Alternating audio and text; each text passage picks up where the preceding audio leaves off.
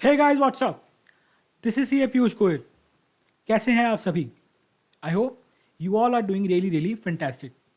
And अगर fantastic नहीं हो तो यार ये वीडियो देख लो, क्योंकि इस वीडियो को देखने के बाद डेफिनेटली तुम लोग फैंटास्टिक हो जाओगे। आज की वीडियो में क्योंकि मैं तुम्हें कवर करवाऊंगा कंपलसरी क्वेश्चंस की प्रैक्टिस। भाई तुम सब लोग जानते हो कि यार ये जो एक कंपलसरी क्वेश्चन है, एक तो इसको करना कंपलसरी है, ऑप्शन में छोड़ नहीं सकते। सेकंड थिंग, आता भी अकेला का अकेला क्वेश्चन ही 15 मार्क्स में है।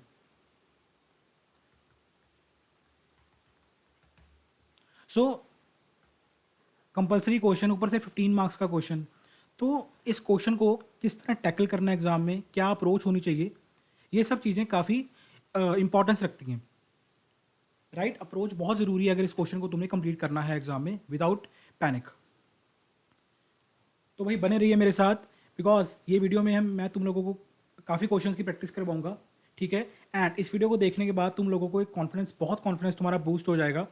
तुम लोगों को कंपलसरी क्वेश्चन से डर लगना बंद हो जाएगा। अगर चैनल पर नए हो तो भाई लाइक करो सबसे पहले, ऊपर से कमेंट करो एंड सब्सक्राइब डेफिनेटली कर देना चैनल को, बिकॉज ये चैनल तुम्हारे बहुत यूजफुल होगा throughout your CA journey. So शुरू करते हैं अपने कंपलसरी क्वेश्चंस की प्रैक्टिस। फर्स्टली मैं तुम लोगों को कवर करवा रहा हूँ जनवरी 25 एग्ज़ाम का जो तुम्हारा टैक्सेशन का पेपर था, उसका कंपलसरी क्वेश्चन। ठीक, ये जीएसटी वाले पार्ट का तुम्हारा कंपलसरी क्वेश्चन है। आइए देखते हैं क्या कह रहा है कंपलसरी क्वेश्चन। बिफोर स्टार्टिंग मैं तुम लोगों को एक बता दूंगा कि यार किस तरह तुम्हें ये टैकल करना है question. First of all that thing, भाई सीधी सी बात है, पहली बात तो मेरी एक एडवाइस मान लेना एंड डेफिनेटली मान लेना, बहुत काम आएगी, कि यार कंपलसरी क्वेश्चन को सबसे पहले नहीं करना। लाइक ये तुम्हारा सेक्शन बी है जीएसटी का, right.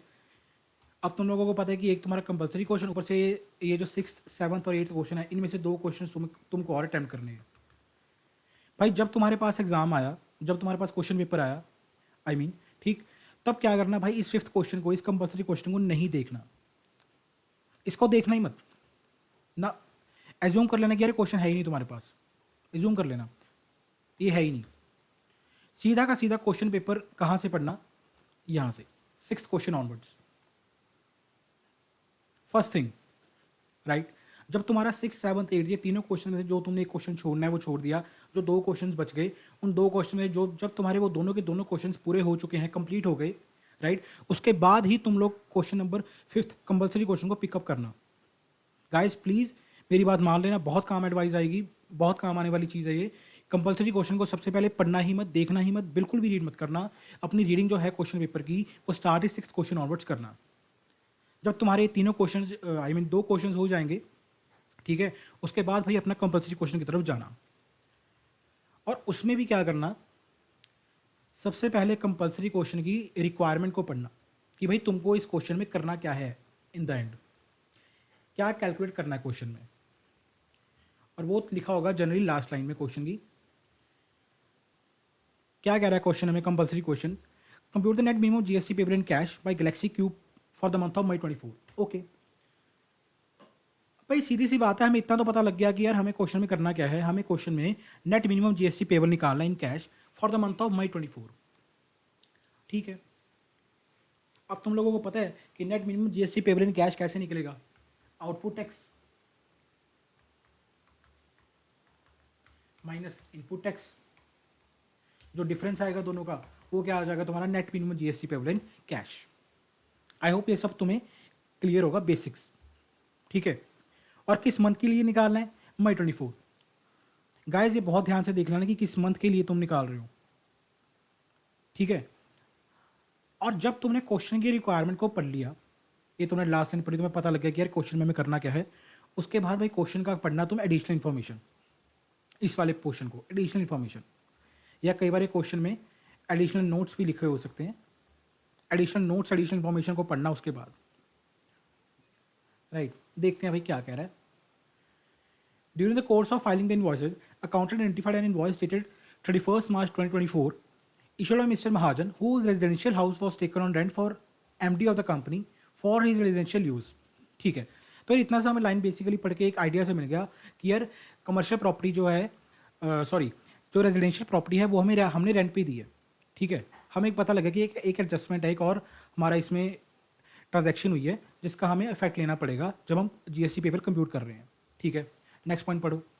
All the figures given above are exclusive of GST. ठीक है भाई, जितनी भी ऊपर फिगर्स आ रही हैं ये इन सब में जीएसटी इंक्लूडेड नहीं है, यानी कि ये सब वैल्यूज़ हैं, ये सब वैल्यूज़ हैं, exclusive of GST.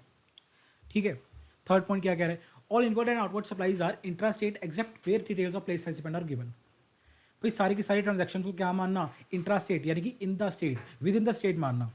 CGST SGST लगेगा, इन शॉर्ट कहूँ IGST नहीं लगेगा, एक्सेप्ट अगर where the place of recipient are given. यहाँ जहाँ क्वेश्चन बता दे, स्पेसिफाई कर दे। फोर्थ पार्ट क्या कह रहे हैं? Subject to the information given above all the conditions necessary for availing the ITC have been fulfilled. ठीक है यार, भाई जितनी भी बेसिक कंडीशंस होती है ITC को अवेल करने के लिए वो सब फुलफिल हो रही हैं। ओके, GST का रेट बता दिया कि यार गुड्स के केस में ये लग रहा है और सर्विसेज के केस में ये लग रहा है। गुड्स के केस में 12%, सर्विस के केस में 18%। अब तुम्हें बेसिक इन्फॉर्मेशन जो है वो सब क्लियर हो चुकी है क्वेश्चन की। अब पढ़ो क्वेश्चन को, अब स्टार्टिंग से क्वेश्चन को पढ़ना शुरू करो। राइट, आइए पढ़ते हैं क्वेश्चन को, मैं साथ साथ सॉल्व करवाऊंगा तुम लोगों को ये question. Galaxy Q Private Limited, a registered person in Bharuch, Gujarat, engaged in various lines of businesses, provided the following details regarding its transactions made during the month of May 24। ठीक है, अब भाई जाहिर सी बात है, May 24 की हमने calculate करना है GST पेबल, तो मई की ही डिटेल देगा। आइए देखते हैं क्या डिटेल है। मैं यहाँ पे अपना क्वेश्चन को सॉल्व करना स्टार्ट करता हूँ। एग्जाम में इसी तरह तुम करना, किस तरह करोगे देखो, अपना आंसर करना स्टार्ट।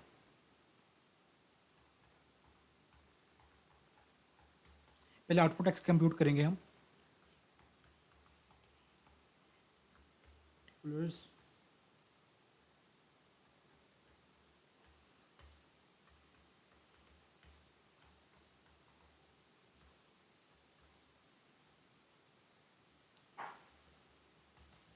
आइए देखते हैं क्या कह रहा है question. Supplied a latest technology laptop with touchscreen option to MD's friend. Open market value as well as sale to unknown customers was at 90,000। ठीक है, तुमने कितने में सप्लाई किया? 60,000 में। अब भाई मेरी बात सुनो, section 15 sub section 1 value of supply, याद आया चैप्टर? भाई क्या कहता है section 15 sub section 1? Value of supply shall be the transaction value. Transaction value माने तो जो प्राइस तुम एक्चुअली चार्ज कर रहे हो कस्टमर से, हम उसी को वैल्यू ऑफ सप्लाई मान लेंगे, प्रोवाइडेड जो सप्लायर है एंड जो रेसिपेंट है, जो सप्लायर है एंड जो रेसिपेंट है वो आपस में अनरिलेटेड है, एक दूसरे को भाई एक दूसरे से रिलेटेड नहीं है। And price is the sole consideration, कि वो जो कंसिडरेशन है वो के लिए प्राइस में है, कोई गुड्स एक्सचेंज नहीं हो रहे, सिर्फ प्राइस में ही कंसिडरेशन पे हो रही है। अब भाई मेरी बात सुनो तुम लोग, अगर मैं अपने केस की बात करूं, अब देखो गैलेक्सी क्यूब वालों ने क्या किया, मैनेजिंग डायरेक्टर के फ्रेंड को एक लैपटॉप सप्लाई किया 60,000 में। राइट, अब क्या गैलेक्सी क्यूब वाले एंड MD का जो फ्रेंड है क्या आपस में रिलेटेड है? Answer is no. भाई मैंने तो कहीं नहीं पढ़ा। सप्लाई अंडर GST तुम्हारा दूसरा चैप्टर क्या कहता है, उसमें पढ़ के आए हो रिलेटेड पर्सन्स की डेफिनेशन। कौन सा ऐसा रिलेशन पड़ा भाई जहां दोस्त तुम्हारा रिलेटेड पर्सन बन रहा है? मैंने तो कहीं नहीं पढ़ा। तो क्या ये आपस में रिलेटेड हुए? आंसर इज नो, ये तो रिलेटेड ही नहीं है। दूसरी बात, अकेला प्राइस इज द कंसिडरेशन। भाई तुम 60,000 रुपीज़ उससे चार्ज कर रहे हो और तो कुछ उससे चार्ज नहीं कर रहे, कंसिडरेशन क्या है? अकेली प्राइस है 60,000। तो अभी इस केस में तुम्हारी वैल्यू ऑफ सप्लाई क्या हो जाएगी? 60,000। क्यों 90,000 देख के कंफ्यूज हो रहे हो? क्वेश्चन तुम्हें जितना मर्जी कंफ्यूज करना चाहे भाई, कंफ्यूज नहीं होना, अपने जो बेसिक्स हैं उसको अपने मन में लेके आना। देखो मैंने क्या किया, मैंने बिल्कुल जो बेसिक से उठाया कि भाई सेक्शन 15 सब सेक्शन 1 में मैंने क्या पढ़ा है।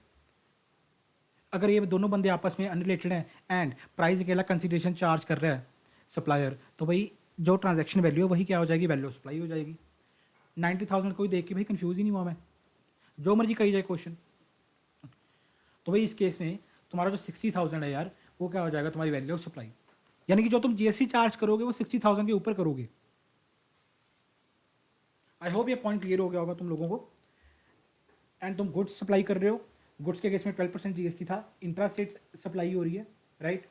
तो भाई यानी कि 60,000 के ऊपर 6%,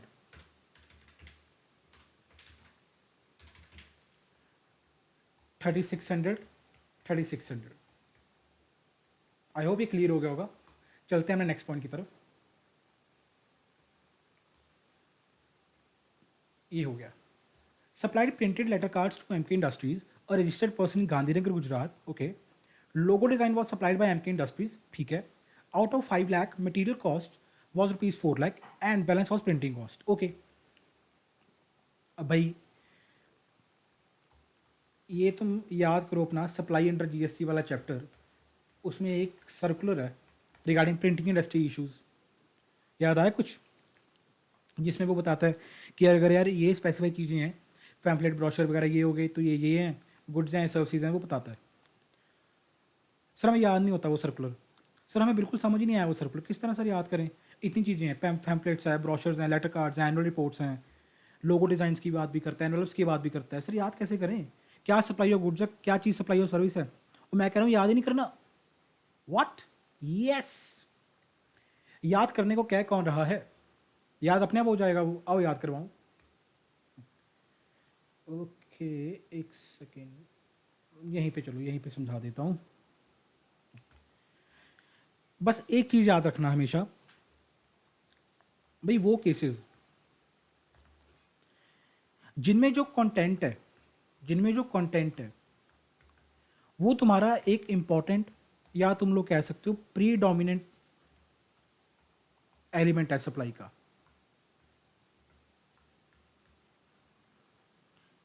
जो तुम्हारा कंटेंट है, बस एक वर्ड याद रखो, कंटेंट। जो तुम्हारा कंटेंट है वो सप्लायर सप्लाई कर रहा है रेसिपेंट को, सॉरी वो रेसिपेंट सप्लाई कर रहा है सप्लायर को। रुको मैं एक एग्जांपल देता हूँ, ऐसे समझ नहीं आएगा, वेट।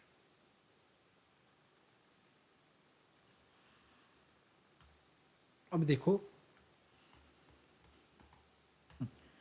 ये भाई प्रिंटिंग शॉप वाला बंदा है, लेट्स सपोज, ठीक है, प्रिंटिंग शॉप वाला ये बंदा है, ये तुम्हारा सप्लायर है, सप्लायर वही हो गया जो सप्लाई कर रहे हो तुम्हें प्रिंटिंग की सर्विसेज, राइट। और तुम खड़े हो यहाँ पे रेसिपेंट।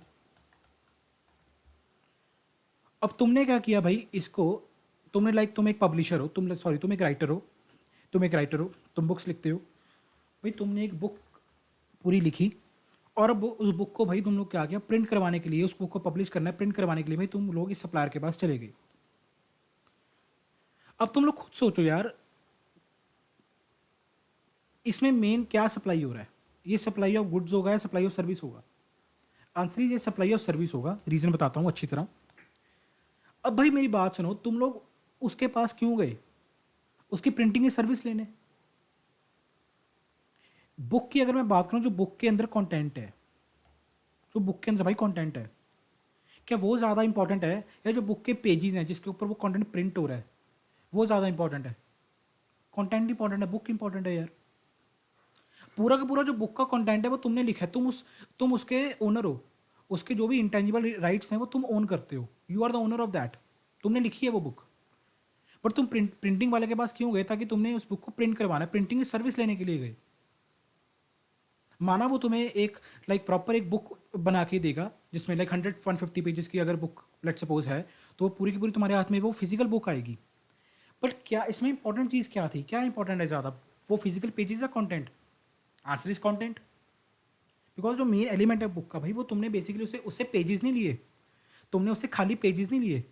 अगर मैं कहूँ सप्लाई ऑफ गुड्स हो रहा है जी, उसने पेजेस सप्लाई कर दिए, खाली पेजेस, तुमने भाई बुक को प्रिंट करवाया है, तुमने उससे प्रिंटिंग की सर्विस ली है कि भाई मैं तेरे को कंटेंट दे रहा हूँ, तू मेरे को अपनी प्रिंटिंग की सर्विस दे दे, मेरी बुक को प्रिंट कर दे। That's why it is supply of service.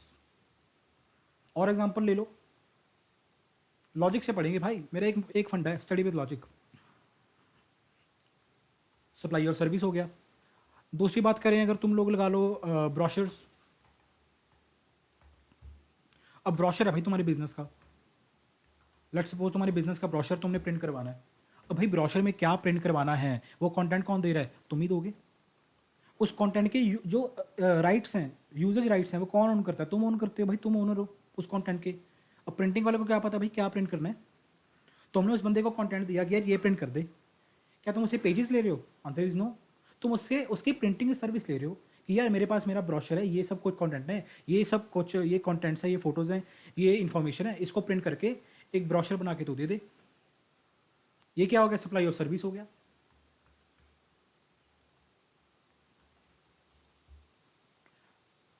But अगर मैं अपने क्वेश्चन की बात करूं,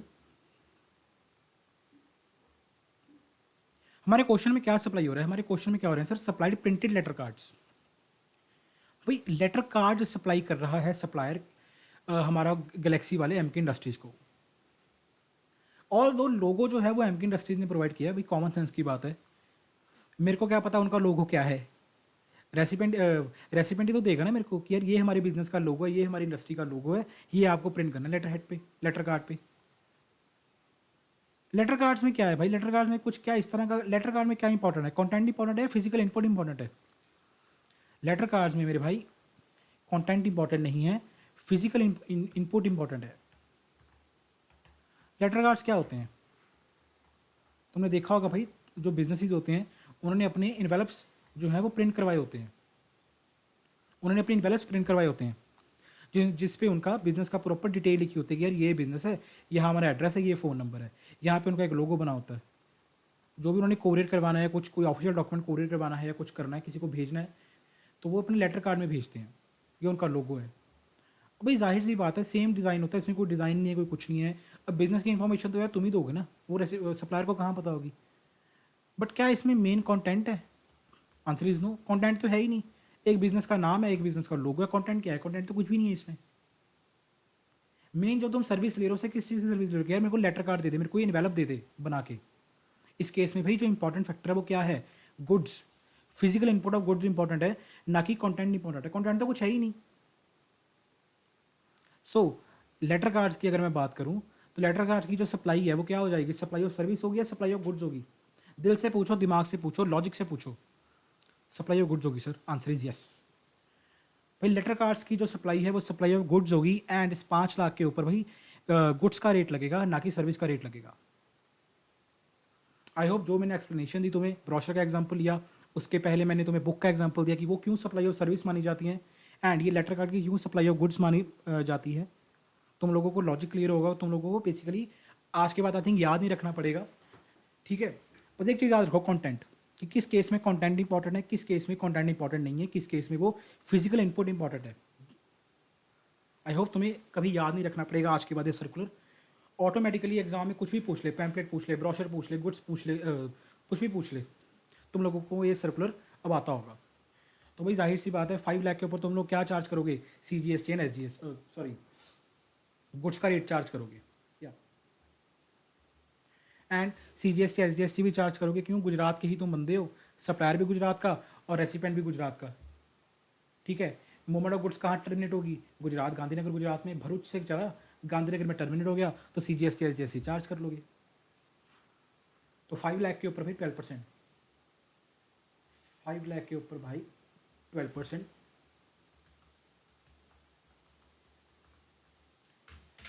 कितना आ गया? 60,000। आई होप ये क्लियर हो गया होगा तुम्हें। 6% आएगा, सॉरी, 5 लाख के ऊपर 6%, 30,000। चलते हैं नेक्स्ट पॉइंट की तरफ। Provided services of transportation of passengers by an omnibus through an eco. भाई तुम्हारे दिमाग में आ गया section 9 subsection 5 electronic commerce operator वाला, कि भाई सर इको सर्विस, इको के थ्रू सर्विस प्रोवाइड हो रही है, इस केस में तो इको टैक्स पे करेगा, हमारे एबिलिटी थोड़ी है टैक्स पे करने की। मान गया, सही कह रहे हो तुम लोग, मान गया मैं। पर क्या तुम लोगों ने देखा कि तुम्हारा ये जो सप्लायर है वो क्या है? कौन सी वो एंटिटी है? नेचर ऑफ एंटिटी क्या है? Private limited. एंड सर हम तो लॉ पढ़ के आ रहे हैं सी इंटर में, हमको तो पता है कि प्राइवेट लिमिटेड का मतलब क्या है? Company, company form of business, body corporate. And अगर तुम्हें याद आ रहा हो तुम्हारा RCM चार्ज अंडर GST वाला चैप्टर, जिसमें ये पॉइंट है कि यार इलेक्ट्रॉनिक कॉमर्स ऑपरेटर के केस में अगर ट्रांसपोर्टेशन ऑफ पैसेंजर्स हो रहा है थ्रू एन ओमनी बस, ऑल दो उस केस में आरसीएम ही चार्ज होगा, बट अगर उस केस में जो सप्लायर है वो क्या है, कंपनी, बॉडी कॉर्पोरेट है, तो भाई उस केस में इको टैक्स पे नहीं करवाएगा। उस केस में क्या टैक्स पे, कौन टैक्स पे करवाएगा, कंपनी टैक्स पे करवाएगी, ना कि इलेक्ट्रॉनिक कॉमर्स ऑपरेटर। उस केस में हम नहीं मानेंगे कि भाई इको सप्लायर है, नहीं, कंपनी ही सप्लायर होगी। तो इस केस में भी भाई तुम लोगों को ये जो 12,58,000 है इसके ऊपर टैक्स पे करना पड़ेगा। ये तुम्हारी लायबिलिटी है, ना कि इको की लायबिलिटी है। आई होप वो वाला पॉइंट तुम्हें रिकॉल हो गया होगा। हो गया सर। तो यार 12,58,000 के ऊपर भाई तुम लोग क्या चार्ज कर दोगे, सप्लाई और सर्विस है, राइट। और सर्विस के ऊपर रेट कितना था अपन का, 9%, 9%, ओके ठीक है। ठीक है, 12,58,000 के ऊपर 9% का रेट लगेगा सप्लाई ऑफ सर्विस है, and it comes to 1,13,220।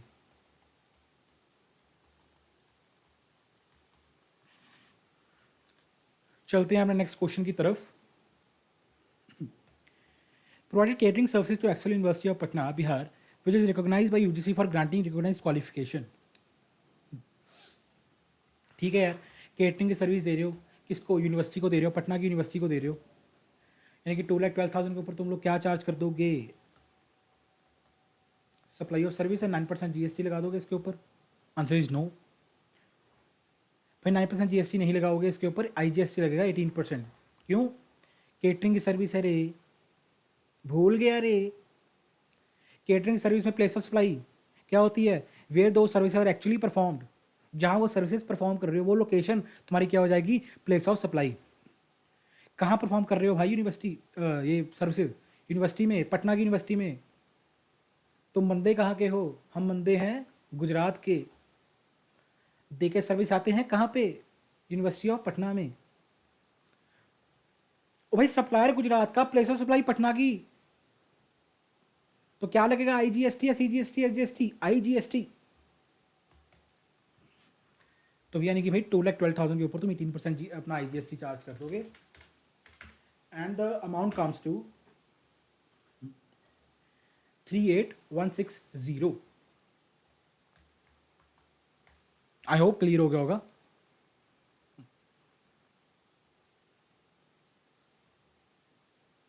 Next point, made supply of goods in territorial waters, ये क्या हो गया, या made supply of goods in the territorial waters to the blue waters INC registered in the state of Maharashtra, okay.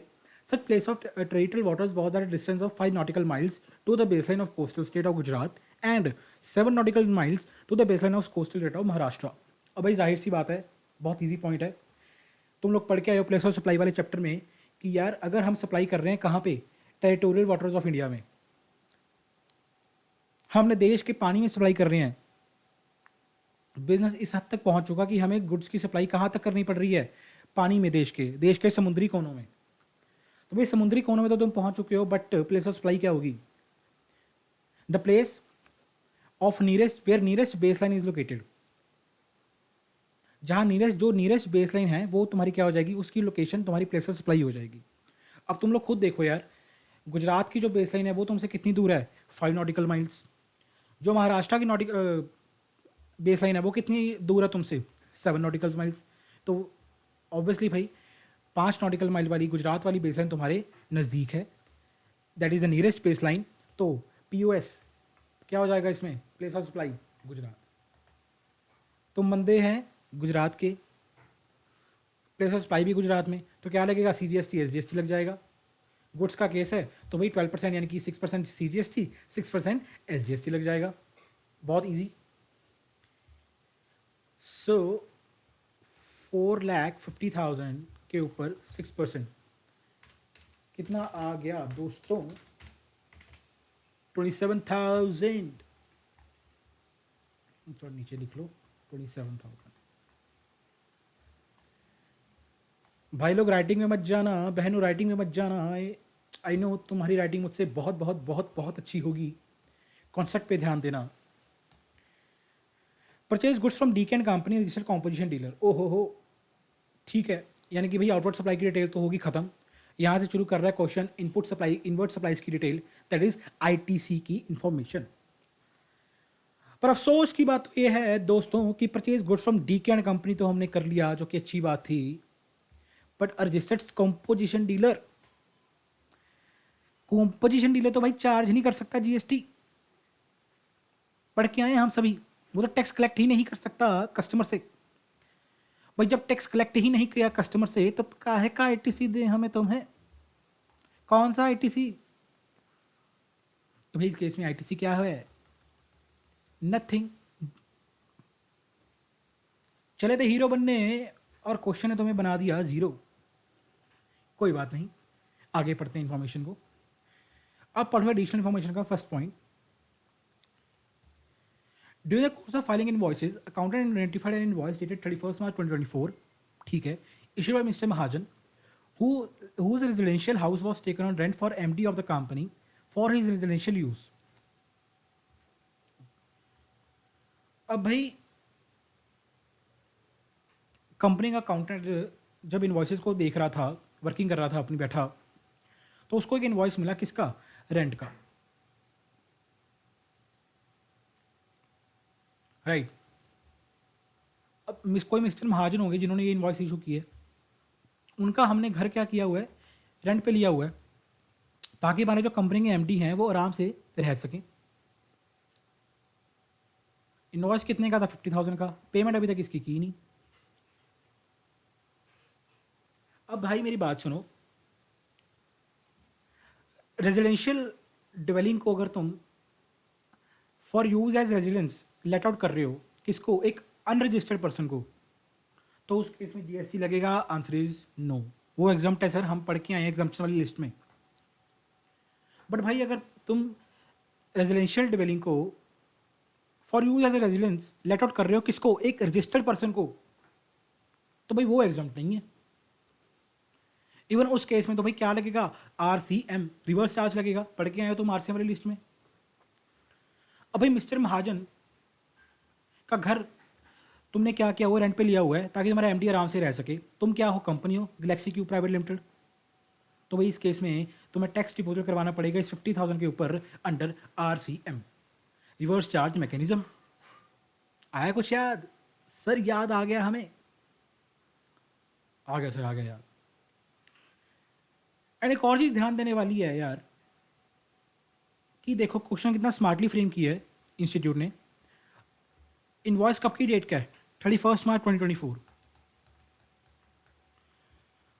अब ये क्या है? Supply of service है, रेंटल सर्विस ले रहे हो तुम मिस्टर महाजन से, और वो भी under RCM, reverse charge. Time of supply क्या होगा एक बार बताना मेरे को? Time of supply in case of reverse charge, that too in case of services क्या होता है? डेट ऑफ पेमेंट, भाई जिस दिन तुमने पेमेंट कर दी, पेमेंट अभी तक तुमने की नहीं, no payment has been made. या फिर दूसरी कंडीशन क्या थी? 61st day from the date of issue of invoice by the supplier. Supplier कौन है? मिस्टर महाजन। उन्होंने इनवॉइस कब इशू किया तुमको? 31 मार्च 2024 को। 61st डे कब होगा? 30 डेज अप्रैल के, 31 डेज मई के, लो हो गया 61 डे तुम्हारा। यानी कि भाई 31 मई को टाइम ऑफ सप्लाई भी राइज हो गया। तुम किस मंथ की हम जीएसटी पेबल निकाल रहे हैं? मई के मंथ की। क्या हमारा ये जो टाइम ऑफ सप्लाई है क्या वो मई के मंथ में फॉल कर रहा है? Answer is yes. 31 मई को ही टाइम ऑफ सप्लाई हो गया। तो भाई यानी कि तुम्हें इस 50,000 के ऊपर टैक्स पे करना पड़ेगा इसी मंथ में। तुम्हारी ये इसी मंथ की लायबिलिटी बन गई। आई होप क्लियर हो गया होगा तुम लोगों को। 18% जीएसटी का रेट है, 18,000, राइट। तो बस फिर लगा दो। अब पहले इनका अलग से टोटल कर लेते हैं, राइट। कितना आ गया ये टोटल? टोटल करते हैं। 36,000 प्लस 30,000 प्लस 113,220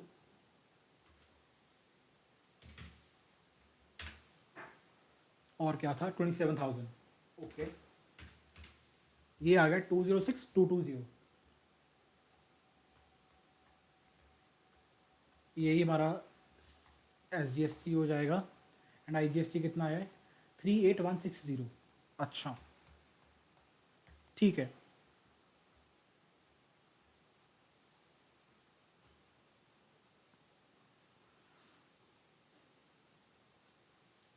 और ये तुम्हारी लायबिलिटी होगी GST पेबल अंडर RCM, जो तुम्हें कैश में ही पे करवाना पड़ेगा। तुम इसमें ITC का यूज़ नहीं कर सकते, क्योंकि जो RCM की लायबिलिटी होती है तुम्हें पहले उसको डिस्चार्ज करना पड़ता है कैश में।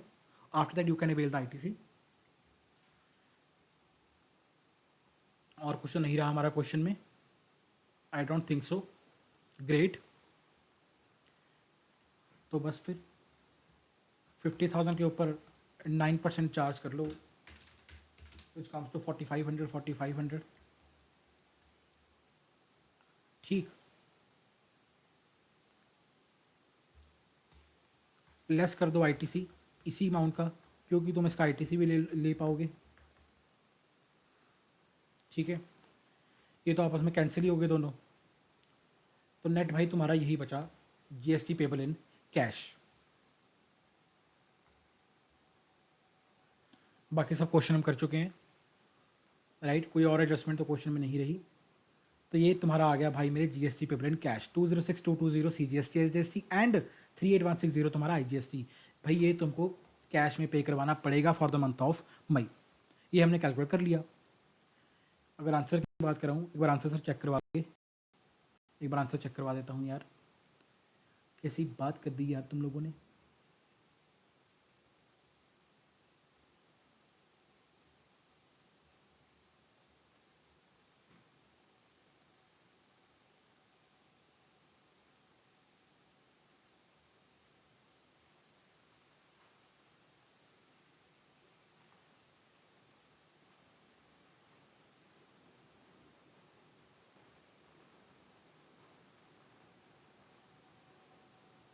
कुछ गलत हो गया क्या हमसे?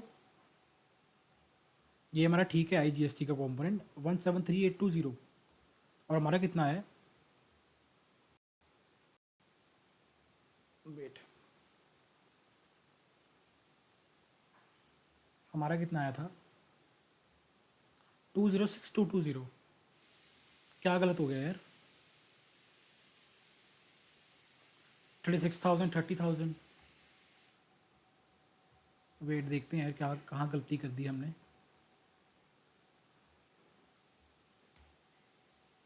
अरे यार ये 3600 था। अच्छा, ओके।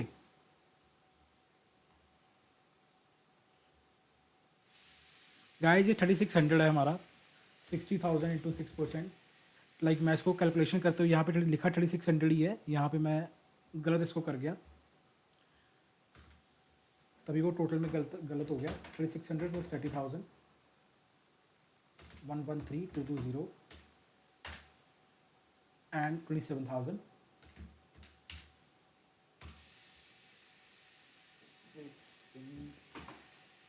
अब ठीक आना चाहिए हमारा आंसर।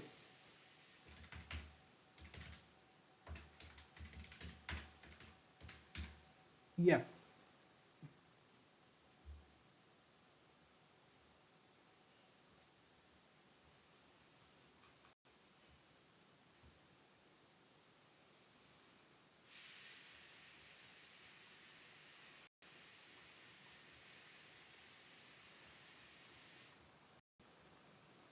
या हमारा भी यही आंसर आ रहा है 173820। सिर्फ उस 3600 की गलती थी। मैं 36,000 लेगा जब टोटल किया, बट इट वॉज 3600। बाकी सब कुछ ठीक है।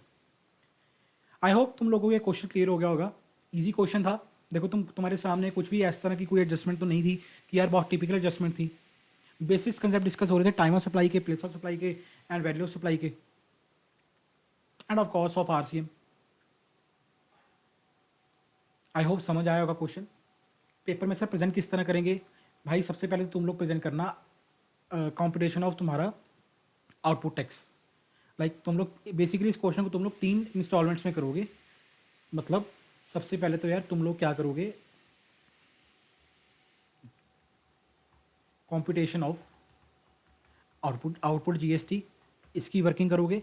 देन तुम करोगे कॉम्पिटिशन ऑफ ITC, इसकी वर्किंग करोगे। फिर एक बना लोगे समरी। जिसमें तुम लोग इनका नेट ऑफ करके दिखा दोगे कि यार इतना हमारा टैक्स पेबल बनता है in cash, right. I hope guys ये क्वेश्चन तुम लोगों को हो गया होगा क्रिस्टल क्लियर। जो सर्कुलर भी डिस्कस हुआ है इस केस में, मैंने उसको सर्कुलर को भी समझाने की कोशिश की है, ना कि तुम लोग उसको सर्कुलर को क्रैम करो, रट्टा मार के जाओ। रट्टा नहीं मारना, समझ के कॉन्सेप्ट को मेमोराइज करना है। मेमोराइज अपने आप हो जाएगा, इनफैक्ट मेमोराइज करना भी नहीं पड़ता अगर लॉजिक क्लियर हो, फंडामेंटल्स तुम्हारे क्लियर हो। चलते हैं गाइस अपने बी पार्ट की तरफ। जो हमारे क्वेश्चन का बी पार्ट है, 10 मार्क्स तो हमने अब कर लिए सिक्योर। बी पार्ट पर चलते हैं। सबसे पहले क्या करो, क्वेश्चन की रिक्वायरमेंट को पढ़ो। You are required to determine the following by explain the relevant provisions. ठीक है जी, क्या डिटरमिन करना है ये देखते हैं।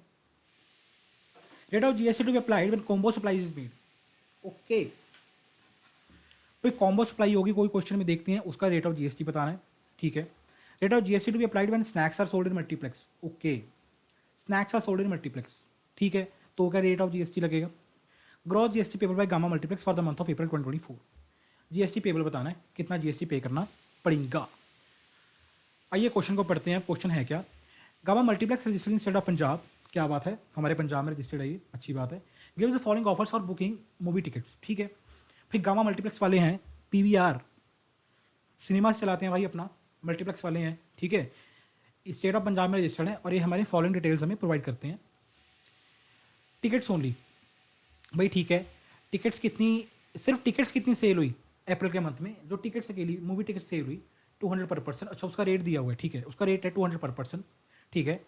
कॉम्बो ऑफर, ओके, अभी अक्सर तुम लोगों ने देखा होगा जब तुम लोग मूवी देखने जाते हो थिएटर्स में, यार हम लोग जाते हैं तो लाइक कॉम्बो ऑफर भी चलते हैं कि जिसमें टिकट के साथ साथ तुम्हें स्नैक्स भी कॉम्प्लीमेंट्री इंक्लूडेड मिलेंगे। सपोज 1000 का रेट है, ये 1000 का रेट है तुम्हारा कॉम्बो, कि जिसमें भाई तुम्हारी मूवी की टिकट का प्राइस भी आ गया एंड तुम्हें complimentary popcorn and other snacks भी मिल जाएंगे, तुम्हारी ड्रिंक्स भी मिल जाएंगी, राइट। तो ये उसकी बात कर रहा है कॉम्बो ऑफर की। 350 पर पर्सन चार्ज करते हैं जी, जिसमें 200 लेते हैं ये टिकट का एंड 150 लेते हैं स्नैक्स का, ठीक है। स्नैक्स ओनली भी, अगर किसी बंदे ने स्नैक्स लेने हैं, ठीक है, भाई मैं गया मूवी देखने, टिकट परचेज करके मूवी देखने बैठ गया, मूवी इतनी सस्पेंस भरी थी कि खाने का अपने भी मन कराया, तो भाई 250 का कोई बात नहीं, मैं अलग से टोकन लेके भी स्नैक्स परचेज कर सकता हूँ। No worries, no worries and no hurries. आगे पढ़ते हैं क्वेश्चन।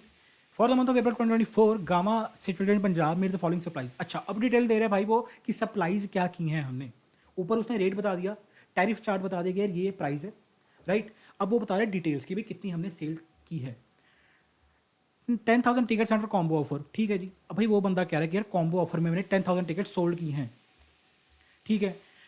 2500 टिकट्स ओनली, अकेले टिकट्स की सेल कितनी हुई है 2500 की, जो मेरे जैसे लोग हैं। 1000 टोकन ऑफ स्नैक्स ओनली, इसमें भी मैं आता हूँ कि भाई 1000 टोकन ऑफ स्नैक्स अकेले सेल हुए हैं, 2500 टिकट्स अकेली सेल हुई हैं एंड 10,000 टिकट्स कॉम्बो ऑफर वाली सेल हुई हैं। अब तुम लोग भाई याद करो अपना चैप्टर सप्लाई अंडर जीएसटी, ये वहाँ से तुम्हारा क्वेश्चन पिकअप हो गया है। याद करो सप्लाई अंडर जीएसटी वाला chapter and section 8 composite supply mix supply, आया याद कुछ। वहाँ सर्कुलर देके गवर्नमेंट ने क्या किया, क्लैरिफाई किया कि भाई अगर कॉम्बो ऑफर तुम लोग दे रहे हो जिसमें टिकट भी इंक्लूडेड, टिकट का प्राइस भी इंक्लूडेड है एंड जो स्नैक्स हैं वो भी इंक्लूडेड होंगे, तो भाई उसको तुम लोग क्या मानोगे, सप्लाई ऑफ सर्विस मानोगे, ना कि सप्लाई ऑफ गुड्स। क्यों सर? भाई क्योंकि जो टिकट है, जो मूवी देखने की सर्विस तुम दे रहे हो, जो बेसिकली सिनेमा में मूवी दिखाने की सर्विस तुम लोग दे रहे हो, वो एक प्री डोमिनेंट सप्लाई है। एंड जो स्नैक्स हैं, जो गुड्स, जो स्नैक्स है, जो फूड तुम लोग बंदे को डिस्ट्रीब्यूट कर रहे हो वो क्या है, एक तरह का एंसिलरी सप्लाई है। समझ रहे हो इस चीज़ को? ये सर्कुलर ने क्लैरिफाई किया था। अब लाइक तुम लोग खुद सोचो भाई, सीधी सी बात है, क्या तुम लोग, मेरी बात सुनो, इसको याद भी मत रखो, याद भी मत रखो, तुम लोग सिनेमा थिएटर में क्या खाना खाने जाते हो क्या कि यार अच्छा वो पीवीआर का जो है ना, वो वाले उस पीवीआर का बर्गर बड़ा अच्छा है तो हम बर्गर खाने स्पेशल जा रहे हैं पीवीआर में? Answer is no. भाई अकेला फूड खाने थोड़ी ना जाते हो पीवीआर में। पीवीआर में जाने का काम क्या होता है, मूवी देखना। सिनेमा थिएटर में जाते हो किस चीज़ के लिए जाते हैं भाई? हम लोग सभी मूवी देखने के लिए जाते हैं यार, खाना खाने थोड़ी ना जाते हैं, खाना खाने के लिए किसी रेस्टोरेंट में जाएंगे। वो अलग बात है कि मूवी इतनी रोमांच भरी थी, इतनी सस्पेंसफुल थी कि मेरा खाना खाने का मन कराया, मेरा स्नैक्स को ग्रहण करने का मन कराया सर, वो अलग बात है, that's a separate case. That's हम कॉम्बो ऑफर परचेज कर लेते हैं कि चल ठीक है यार, हमें स्नैक्स भी मिल जाएंगे इंटरवल के टाइम पे, एंड मूवी तो मूवी देखनी है। प्री डोमिनेंट सप्लाई क्या है भाई? मूवी, मूवी की टिकट, हम मूवी देखने जा रहे हैं, स्नैक्स तो कॉम्प्लीमेंट्री हैं। दैट्स वाई ये सप्लाई ऑफ सर्विस है, ना कि सप्लाई ऑफ गुड्स है, क्योंकि तुम मूवी देखने जा रहे हो, ना कि गुड्स को खाना खाने जा रहे हो। टिकट्स ओनली हैं इसके ऊपर, तो भाई सीधी सी बात है, अगर टिकट्स ओनली सेल कर रहे हो, ओनली टिकट्स मूवी टिकट्स हैं, सप्लाई ऑफ सर्विस है, सर्विस का रेट लग जाएगा।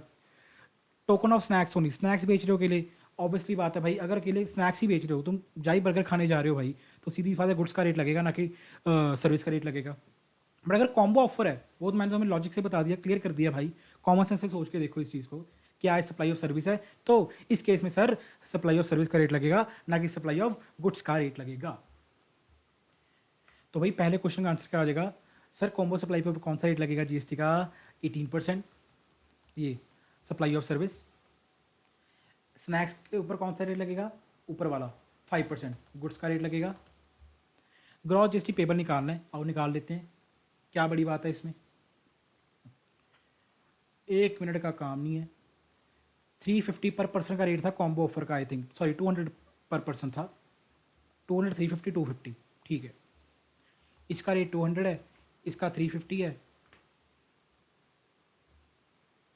नहीं मैं सही बोल रहा था, मैं सही कह रहा था, 350 कॉम्बो का रेट है, 200 टिकट का रेट है, एंड अगर किसी ने बाद में स्नैक्स खाने हो तो उसके लिए 250 का रेट है, ठीक है। आओ निकाल लो वॉस, वॉस माने तो वैल्यू ऑफ सप्लाई, कितना आ गया? 10,000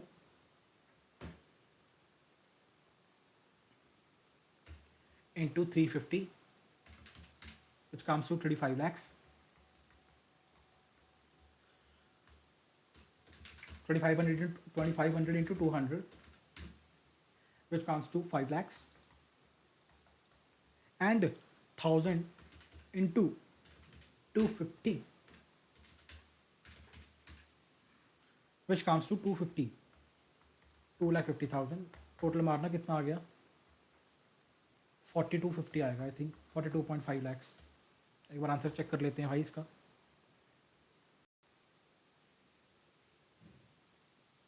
या 42 लैक्स हमारा ये वैल्यू ऑफ सप्लाई आ गया।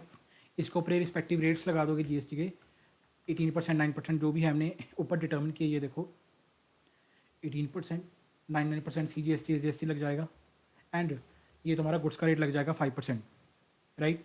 वो लगा के तुम लोग क्या कैलकुलेट कर लोगे? नेट जीएसटी पेबल, जो भी क्वेश्चन में पूछा था,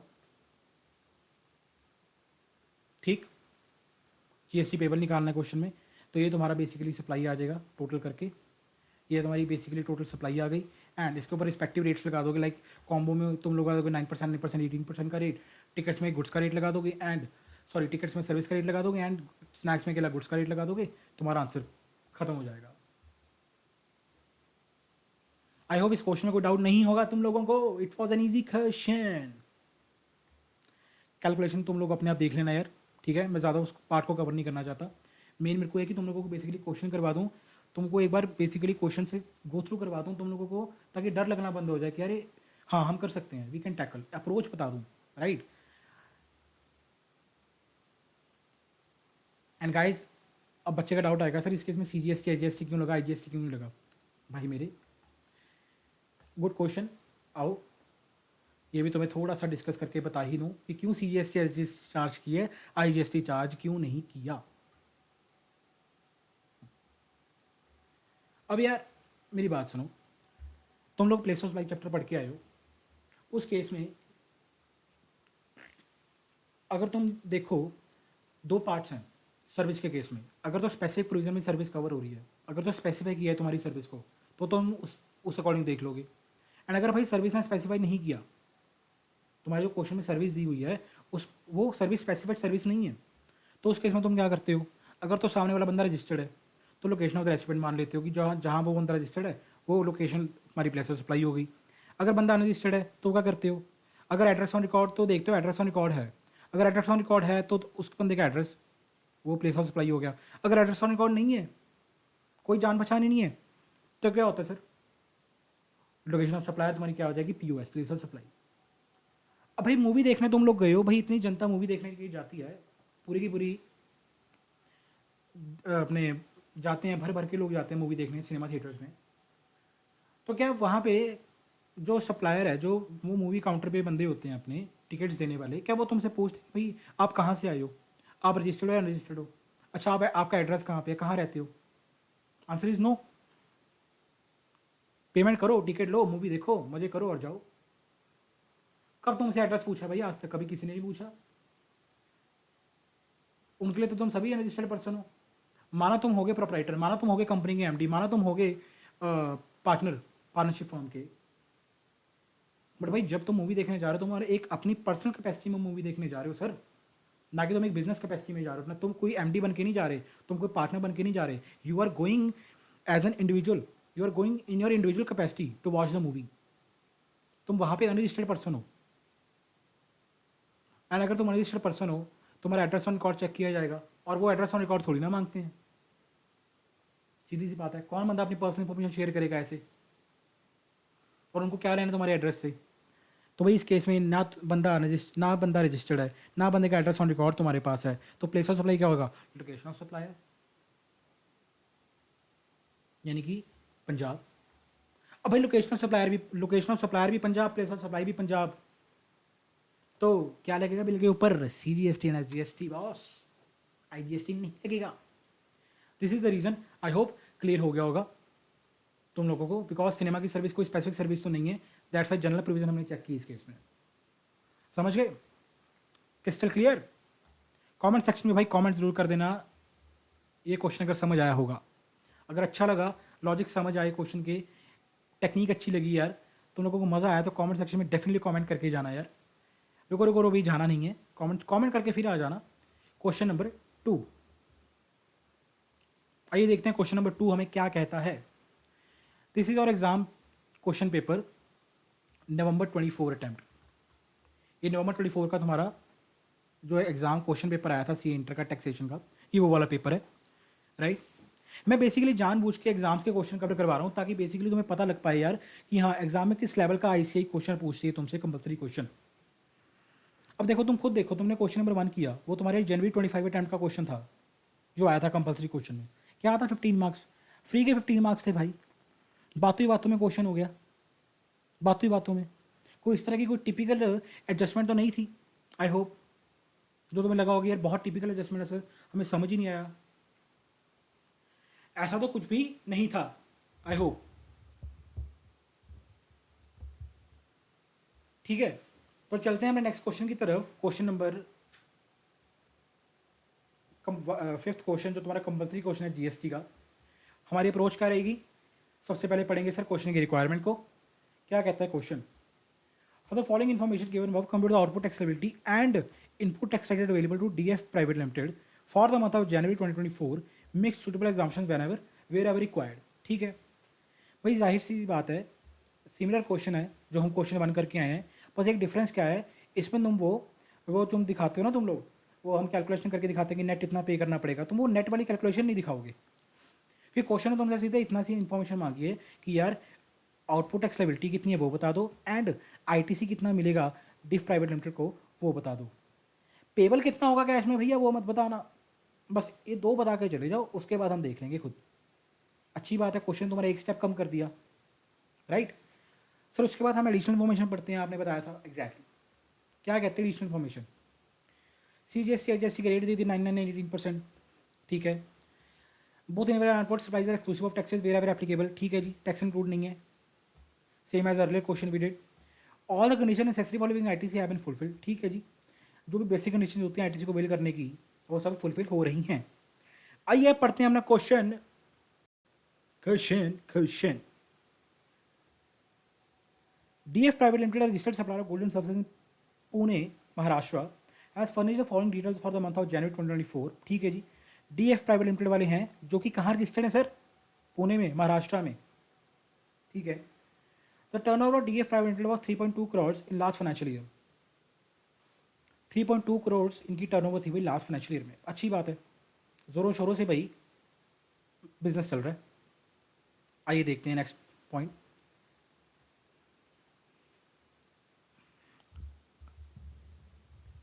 अब कहीं बच्चा क्या करे, बच्चा क्या करे, इन्होंने देखो क्वेश्चन में क्या लिखा हुआ है नीचे, देखो देखो देखो कि make suitable assumption where have required, कि भाई जहाँ तुम्हें लगे एजम्पशन लेनी चाहिए तुम एजम्पशन ले लेना।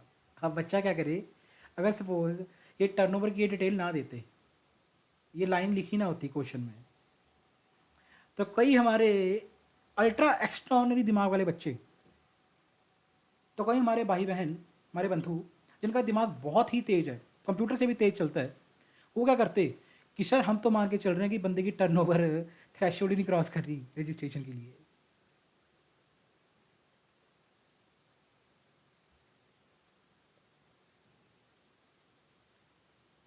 हम वो बंदे की जो रजिस्ट्रेशन है, थ्रेशोल्ड लिमिट है, वो क्रॉस नहीं कर रही रजिस्ट्रेशन के लिए under regular scheme.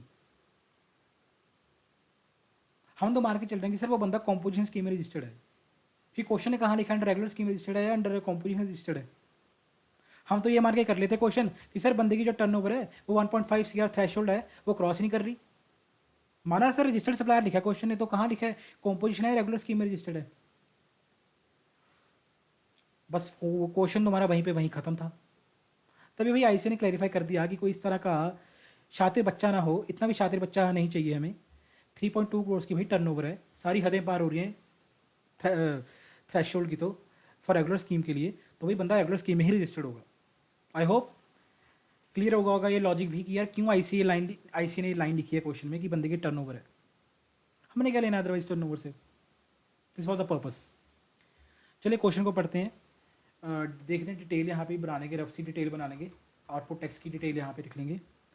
Intra state taxable supply of goods, intra state यानी कि इन the state, intra in the with in the state 5 lakh goods supply किए हैं। क्या रेट लगेगा, 9%, 9%। CGST, SGST, CSI,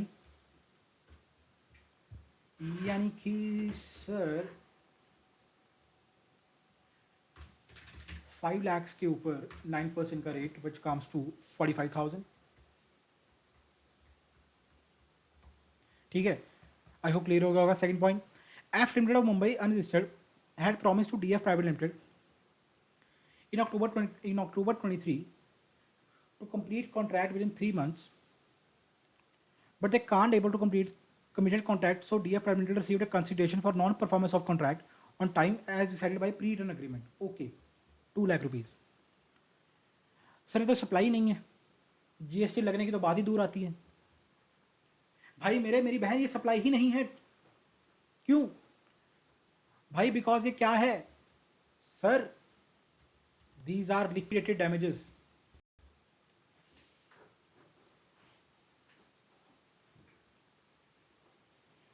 अब क्वेश्चन तुम्हें यहाँ पे कंफ्यूज करने की कोशिश कर रहा है, क्या दिखाकर, ये वाला चीज, ये देखो, let me highlight, consideration for non performance of a contract, कि तुमने कॉन्ट्रैक्ट नॉन परफॉर्म किया, तुम कॉन्ट्रैक्ट परफॉर्म नहीं कर पाए, इसकी वजह से हम तुम्हें 2 लाख रुपया क्या दे रहे हैं भाई, ये दे रहे हैं 2 लाख रुपीज़। सर ये 2 लाख रुपीज़ क्या है, ये लिक्विडेटेड डैमेजेस हैं कि तुम कॉन्ट्रैक्ट टाइम पे परफॉर्म नहीं कर पाए, जो सामने वाले बंदे का लॉस हुआ तुम उसको बेसिकली आइडमनीफाई कर रहे हो। उसका लॉस कंपनसेट करने के लिए भाई तुम लोग उसको ये 2 लाख रुपीज़ की कंपनसेशन पे कर रहे हो। क्या ये सप्लाई है? Answer is no. Consideration for non performance of a contract, क्या क्या एफ लिमिटेड मुंबई वालों ने जानबूझ के कॉन्ट्रैक्ट परफॉर्म नहीं किया? बताओ भाई, कंसिडरेशन फॉर नॉन परफॉर्मेंस में तब मानता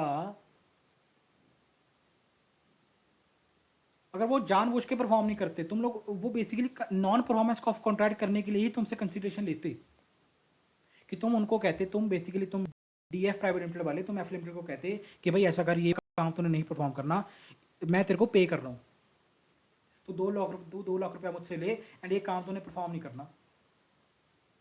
you have to non perform an act due to that I am giving consideration, वो होता है consideration for non performance of a contract.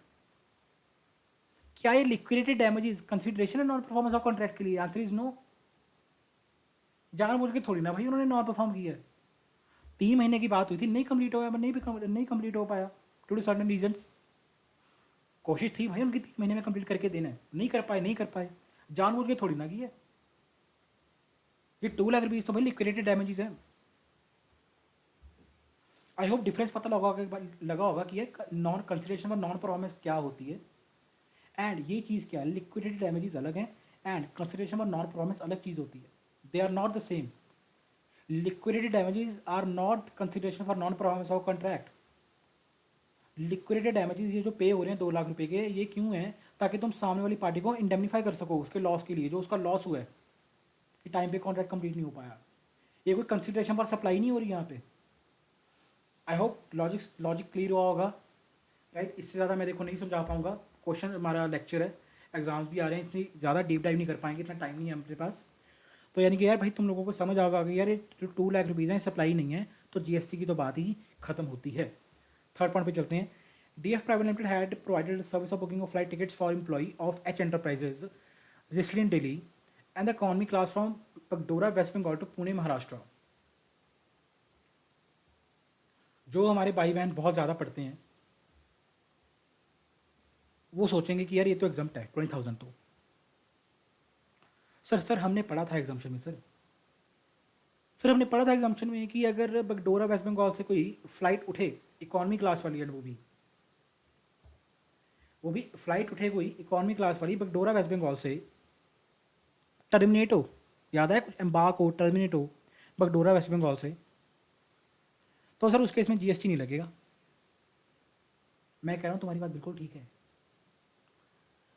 But आधी अधूरी बातें पढ़ते हो तो फिर गलत होती है। Little knowledge is always dangerous. पढ़ते हो तो पूरा पढ़ा करो या छोड़ दिया करो। वहां पे क्या लिखा हुआ है? Services by transportation of passengers are exempt. Services by transportation of passenger from Bagdogra are exempt. But यहाँ पे जो सर्विस हो रही है भाई वो ट्रांसपोर्टेशन ऑफ पैसेंजर की सर्विस नहीं दे रहा डेफ प्राइवेट लिमिटेड, भाई मेरे वो टिकट बुकिंग की सर्विस दे रहे हैं। डिफरेंस को समझो। जो एग्जाम्पशन है वो किसकी बात करती है कि services by transportation of passengers through flight in economy class from Bagdogra West Bengal is exempt. But यहाँ पे जो सर्विस दे रहा है वो किस चीज़ की सर्विस दे रहा है?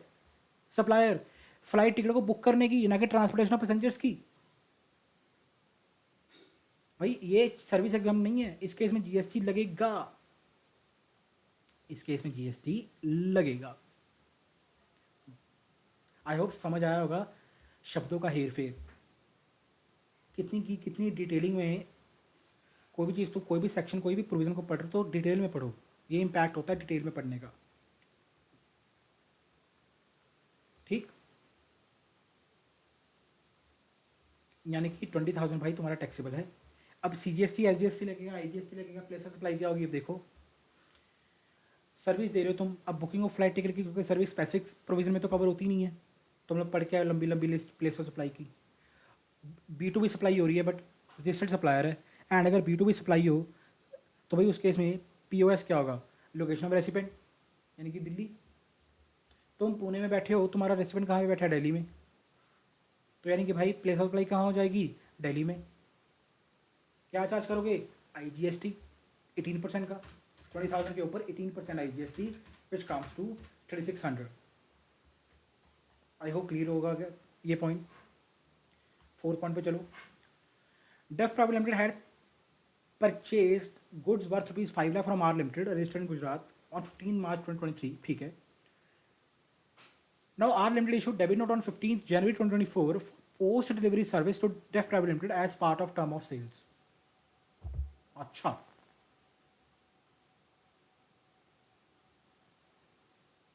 भाई पहली बात तो कई बच्चे यहाँ पे पोस्ट डिलीवरी देख के ना समझ जाते हैं पोस्ट सप्लाई डिस्काउंट वाला क्वेश्चन आ गया।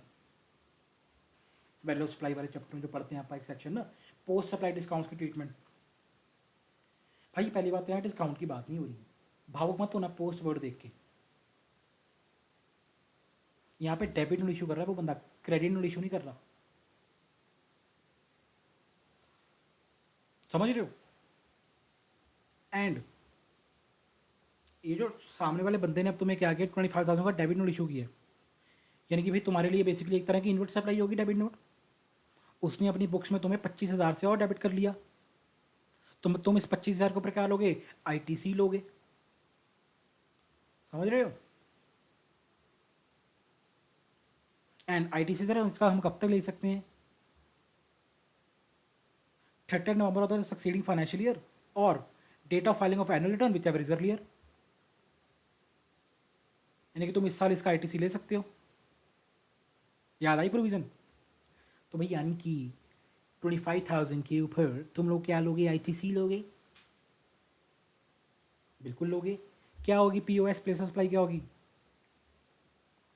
तुम पुणे के हो, बंदा तुम्हारा कहाँ का है, गुजरात का, रेसिपेंट सॉरी सप्लायर गुजरात का है, तुम इसके इसमें रेसिपेंट हो, क्या हो जाएगी, आईजीएसटी लगेगा यार। यानी कि 25,000 के ऊपर 18% का IGST which comes to 4,500। I hope clear हो गया होगा ये पॉइंट भी। Next point, fifth point, DF private limited had sold one of its unit in Pune as going concern with all the goods and unexecuted orders to H Limited registered in New Delhi. Supply exempt है, याद करो exemption वाली list. Sale of your business as a going concern is exempt, उसके GST नहीं लगता। ये service ही भाई, ये सप्लाई एग्जाम्प्ट है, ये सेल ऑफ बिजनेस तुम्हारा एग्जाम्प्ट है एज अ गोइंग कंसर्न। वो जो एग्जाम्प्ट ही होगी तो जीएसटी की तो बात ही नहीं आती, नो जीएसटी। ठीक है, ये एग्जाम्पशन में कवर है specifically. 6 point, Dell private limited had, अब यहाँ पे देखो, यहाँ पे बेसिकली लिखना क्या चाहिए था, आईसीआई को डेफ, डीईएफ जो पार्टी का नाम हो रहा है, अब यहाँ पे उन्होंने लिख दिया डेल प्राइवेट लिमिटेड। तो यार देखो, इस तरह की टाइपिंग मिस्टेक्स माइट भी तुम्हें देखने को मिल सकती हैं एग्जाम में, बट बिल्कुल अपना लाइक पेशेंस मत खोना, कंफ्यूज मत होना, पैनिक मत करना, थोड़ी कॉमन सेंस यूज़ करना कि यार ये डेफ की ही बात हो रहा है, यहाँ पे टाइपिंग मिस्टेक है, ये डीईएफ प्राइवेट लिमिटेड ही है जो हमारे क्वेश्चन में बेसिकली पार्टी है। ठीक है, कोई डेल प्राइवेट लिमिटेड अलग से पार्टी नहीं है, ये डेफ प्राइवेट लिमिटेड ही सप्लाई कर रही है। ठीक है, थोड़ा बहुत इसमें कॉमन सेंस लगाना, आई होप। ठीक है, इसको टैकल कर लेना यार, पैनिक मत करना। ये टाइपिंग मिस्टेक थी इंस्टीट्यूट की तरफ से। DF private limited had provided service to mister Y, registered in Punjab, to organise business exhibition in Dubai. अच्छे खासे पॉइंट कवर कर रहा है तुम्हारे क्वेश्चन एग्जामिशंस के, ये भी एग्जाम्प्ट है भाई। बिजनेस एग्जीबिशन को ऑर्गेनाइज करने की सर्विस प्रोवाइड कर रहे हो आउटसाइड इंडिया,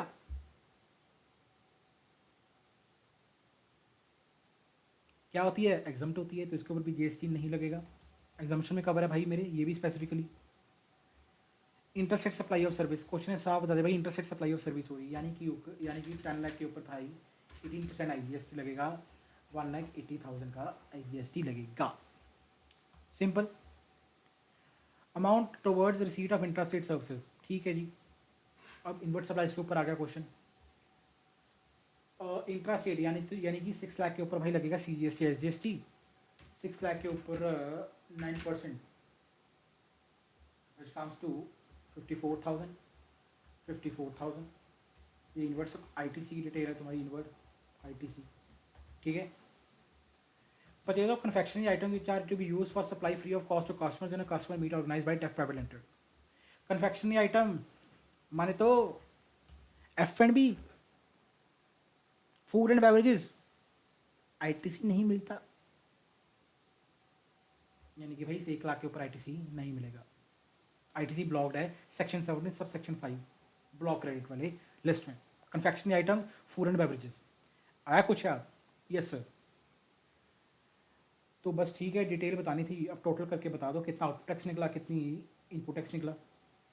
आउटपुट टैक्स तो भाई मेरे हिसाब से तुम्हारा आ गया, ये जो आउटपुट टैक्स तुम्हारा आया वो तो आया तुम्हारा 45,000 C G S T I G S T में कितना है,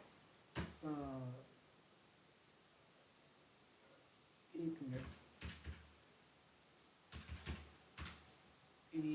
3600 plus 4500 plus 1,80,000 this comes to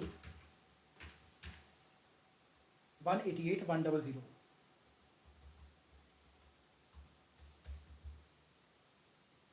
ठीक, और ये तुम्हारा ओपनिंग आईटीसी है, इसको ऐड कर दोगे, इसमें ऐड कर दोगे 54,000, तुम्हारा टोटल क्या आ जाएगा आईटीसी अवेलेबल। ठीक है, मैं डिटेल चेक करवा देता हूँ तो मैं आउटपुट टैक्स की कितना आंसर आया है इसका। ये लो, ये आंसर आया हमारा 45 एंड 183 600।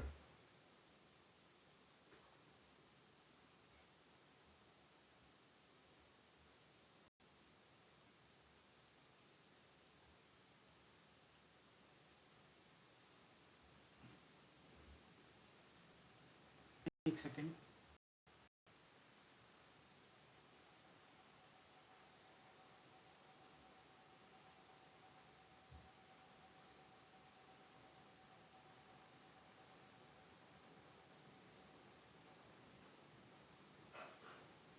एक सेकेंड गाइस, यहाँ पे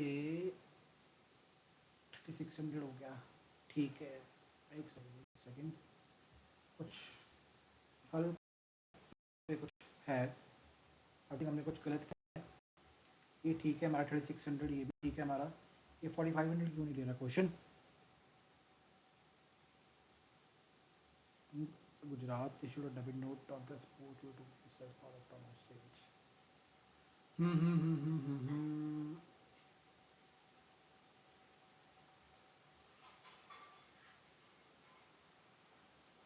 ओहो ठीक है यार, ये हमारी बेसिकली हमारी आईटीसी की डिटेल थी 4500, हमने गलती से इसको इसी में इंक्लूड कर लिया।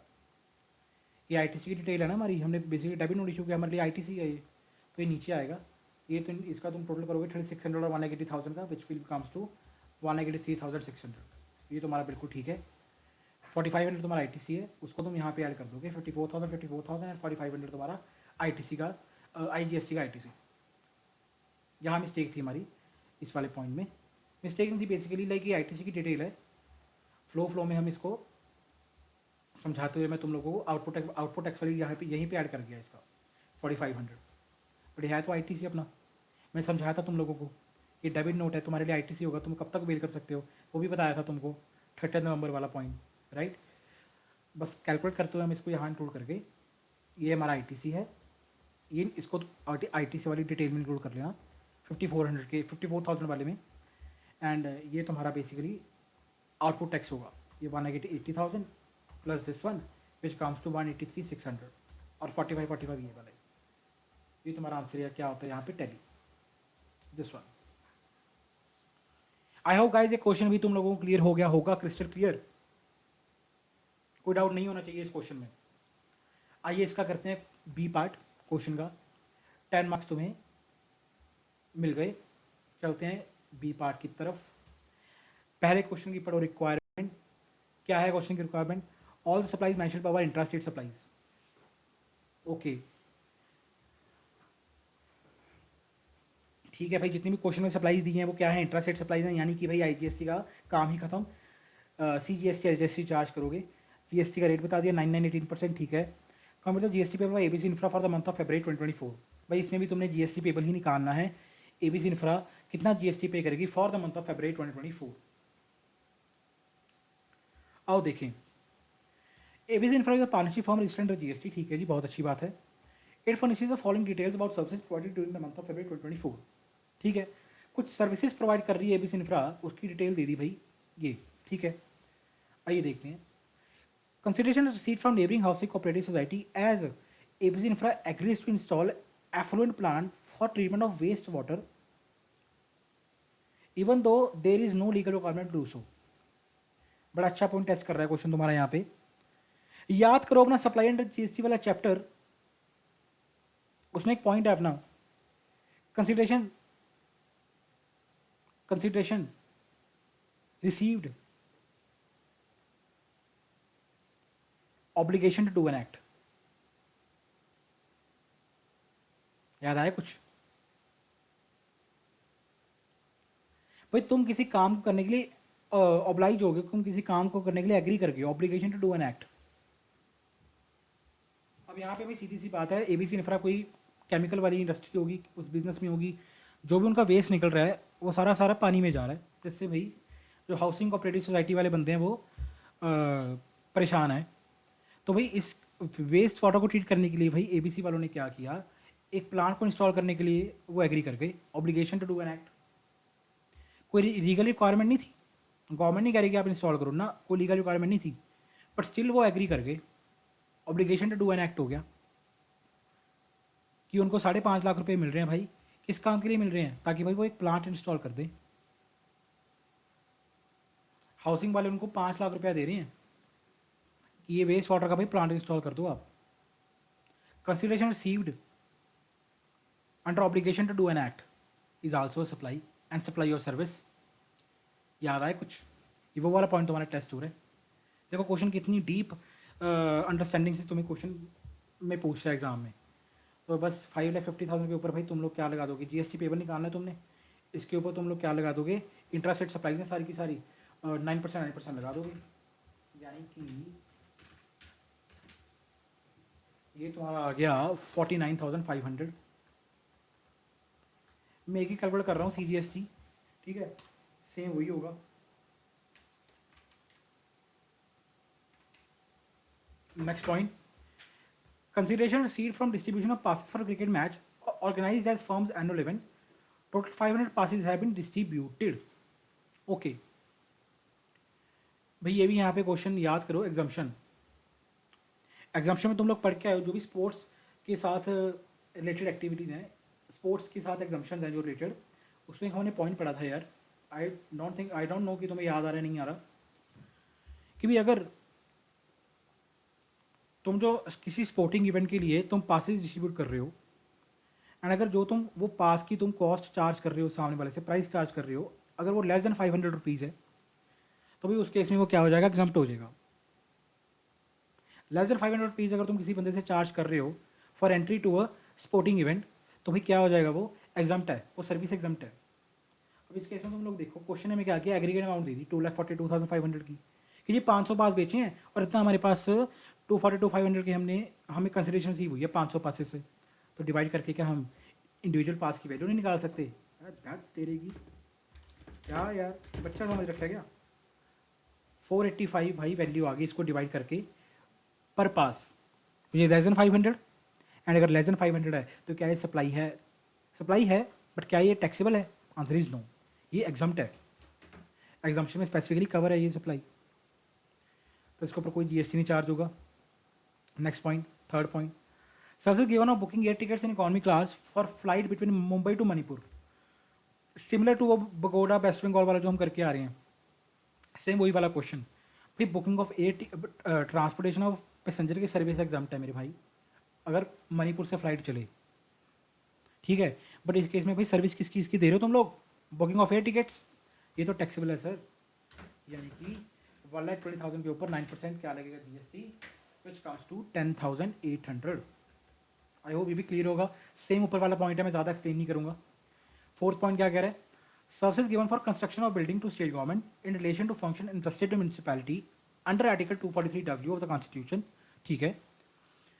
Construction material use of 279,375 is included in the given figure. Okay, ये भी भाई तुम्हारा एग्जाम्पशन का पॉइंट है। 243W देख के एक तो मेरे को एग्जाम्पशन याद आती है, तुम्हें भी याद आ जानी चाहिए। जब कहीं पे भी ये पॉइंट देख लो 243W वाला आर्टिकल नंबर देख लो, एक बार भाई एग्जाम्पशन को चेक कर लेना। अब इस केस में एग्जाम्पशन स्पेसिफिक कहती है कि अगर आपका जो बिल्डिंग का मटेरियल है, बिल्डिंग का आपका जो गुड्स हैं, सॉरी, कंस्ट्रक्शन की सर्विस आप दे रहे हो किसको? गवर्नमेंट को दे रहे हो। एग्जाम्पशन क्या कहती है वो बता रहा हूँ। कंस्ट्रक्शन की सर्विस आप दे रहे हो किसको? गवर्नमेंट को दे रहे हो, एंड जो आपका गुड्स का कंपोनेंट है पूरी टोटल वैल्यू में वो लेस देन 25% है। जितना तुम चार्ज कर रहे हो भाई गवर्नमेंट से, सरकार से जितना चार्ज कर रहे हो, अगर उसमें लेस देन 25% तुम्हारा गुड्स का कंपोनेंट है, यानी कि जितना तुम्हारा सामान लगा वो लेस देन 25% लगा, बाकी तुम्हारी सर्विस की कॉस्ट तुम गवर्नमेंट से ले रहे हो, तो भाई क्या है? सर्विस, ये एग्जम्प्ट है। आओ देखते हैं, टोटल हमने चार्ज किया 8,20,000, गुड्स की कितनी वैल्यू है? 279, so 279,375 divided by 8,20,000 which comes to 34%, 34 approximately, right, decimal नहीं ले रहा भाई। ये तो एक्सीडिंग फिट 25% है, ये तो यानी कि एग्जाम्पशन में सर कवर ही नहीं हो रहा, यानी कि इसके ऊपर जीएसटी लगेगा, क्योंकि ये एग्जाम्पशन में कवर नहीं हो रहा। It is more than 25%। लगा दो पूरे के पूरे ऊपर जीएसटी, 820 के ऊपर 9% GST which comes to 73,800. ठीक है, ये भी हो गया. अच्छा, ये लास्ट पॉइंट ही था. लो लगाओ टोटल इनका कितना आ गया. 49,500, 10,800, 73,800. टोटल आ गया भाई तुम लोगों का 134,100. यही आंसर है क्या? आंसर इज यस, यही आंसर है. ये देखो 134,100. आई होप क्लियर होगा ये क्वेश्चन भी. ये क्वेश्चन प्राइमरली एग्जाम्पशन से रिलेटेड था. अब जो बच्चा एग्जाम्पशन को बिल्कुल ही छोड़ के जाएगा वो ये क्वेश्चन सॉल्व नहीं कर पाएगा. उसको दिक्कत आएगी फॉर श्योर. ठीक है, उसके ऊपर भी बात करेंगे कि यार सर कंपलसरी क्वेश्चन को करने के लिए क्या अप्रोच होगी, उसके ऊपर भी डिस्कस करेंगे मेरे भाई. टेंशन नहीं लेने का.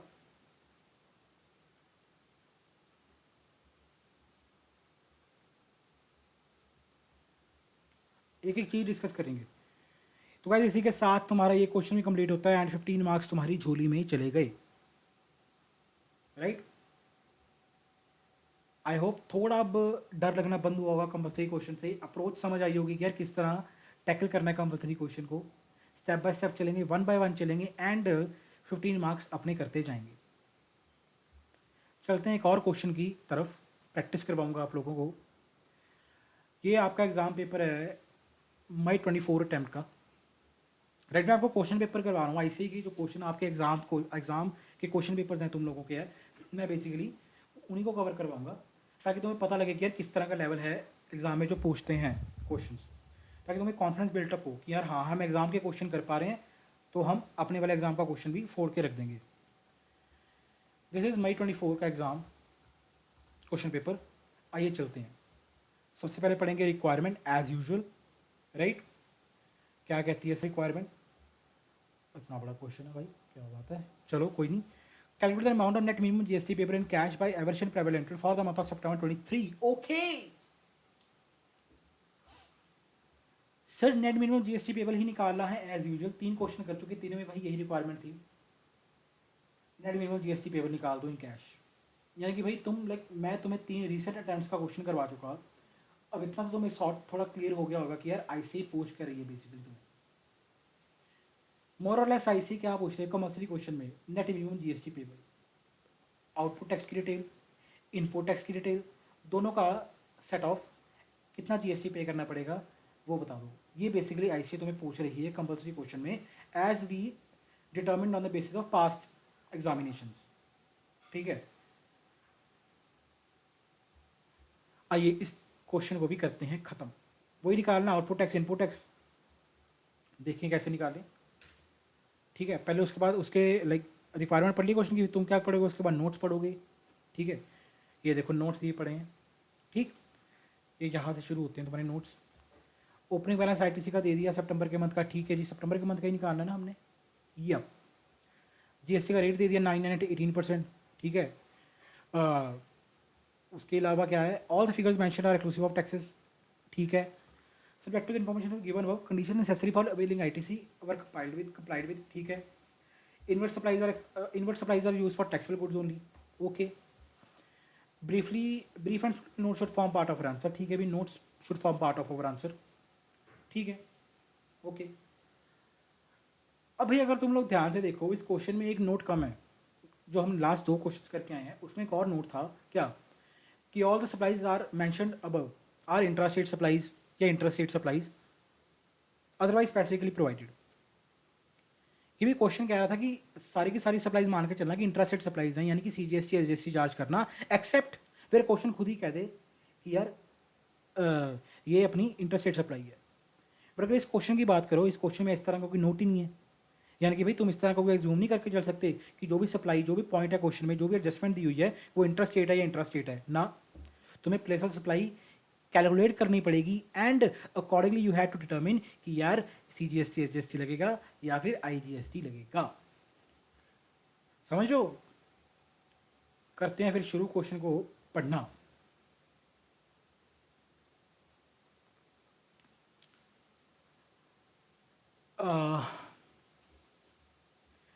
Avashan Private Limited registered GST registered supplier located in Jaipur, Rajasthan, is engaged in supply of textile packing foods and consultancy services. ठीक है, गुड एंड सर्विसेज में भाई ये बंदा एंगेज्ड है, एवरशन वाले. ठीक है, डिटेल दे रहे हैं एक्टिविटीज़ की सितंबर के मंथ की क्या है, आइए देखते हैं. आउटवर्ड सप्लाईज क्या क्या है. Supply of goods of 18 lakh to Vaidehi enterprises, a registered person of Udaipur, Rajasthan. तुम भी राजस्थान के हो, याद रखना, तुम भी जयपुर में राजस्थान में रजिस्टर्ड हो. ठीक है. Further received 50,000 from Vaidehi enterprises toward freight charges as agreed to deliver the goods to Vidhi Enterprises premises, which was not included in the above value of supply.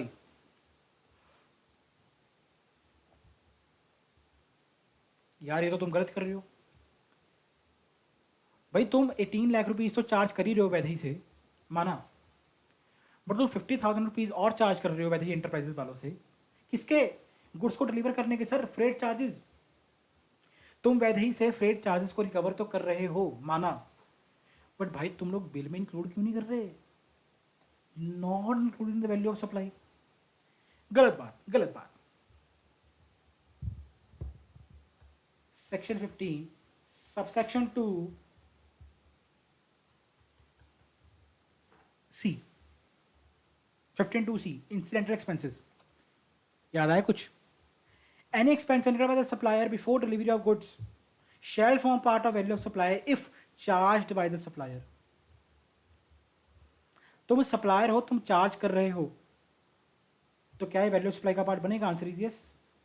It will form part of VOS. VOS माने value of supply. यानी कि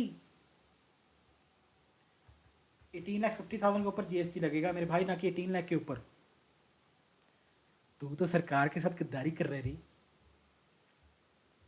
तू तो गद्दारी कर रहे रे सरकार के साथ. खुद अकेला अकेला खा रहे रे. बात हुई थी हमारी कि दोनों मिल बांट के खाएंगे रे. क्या कर रहे रे यार तू? उससे 50,000 ले रहे और मेरे से गद्दारी कर रहे. क्यों? सरकार भी लाइक मेरे से गद्दारी क्यों? तेरे को तेरा दिया ना, मेरे को मेरा दे. 50,000 इंक्लूड करना रे. काय को गद्दारी कर रहा है भाई? मिल बांट के खाएंगे ना यार. तो यार ये 50,000 भी इंक्लूड होगा. अब इसके में यार पीओएस क्या होगा? Place of supply. खुद सोचो यार, गुड्स के केस में क्या पीओएस होता है? गुड्स के केस में क्या होता है सर? Goods in where there is movement of goods involve, जहाँ गुड्स की मूवमेंट हो रही है. क्या होता है POS? Location of goods at the time when movement of goods terminate to the delivery to the recipient. अब भाई मूवमेंट कहाँ जाके टर्मिनेट होगी? उदयपुर में, वैदही के पास, राइट? तुम राजस्थान के, वैदही एंटरप्राइजेज राजस्थान की, मूवमेंट ऑफ गुड्स कहाँ टर्मिनेट हो रही है? राजस्थान में.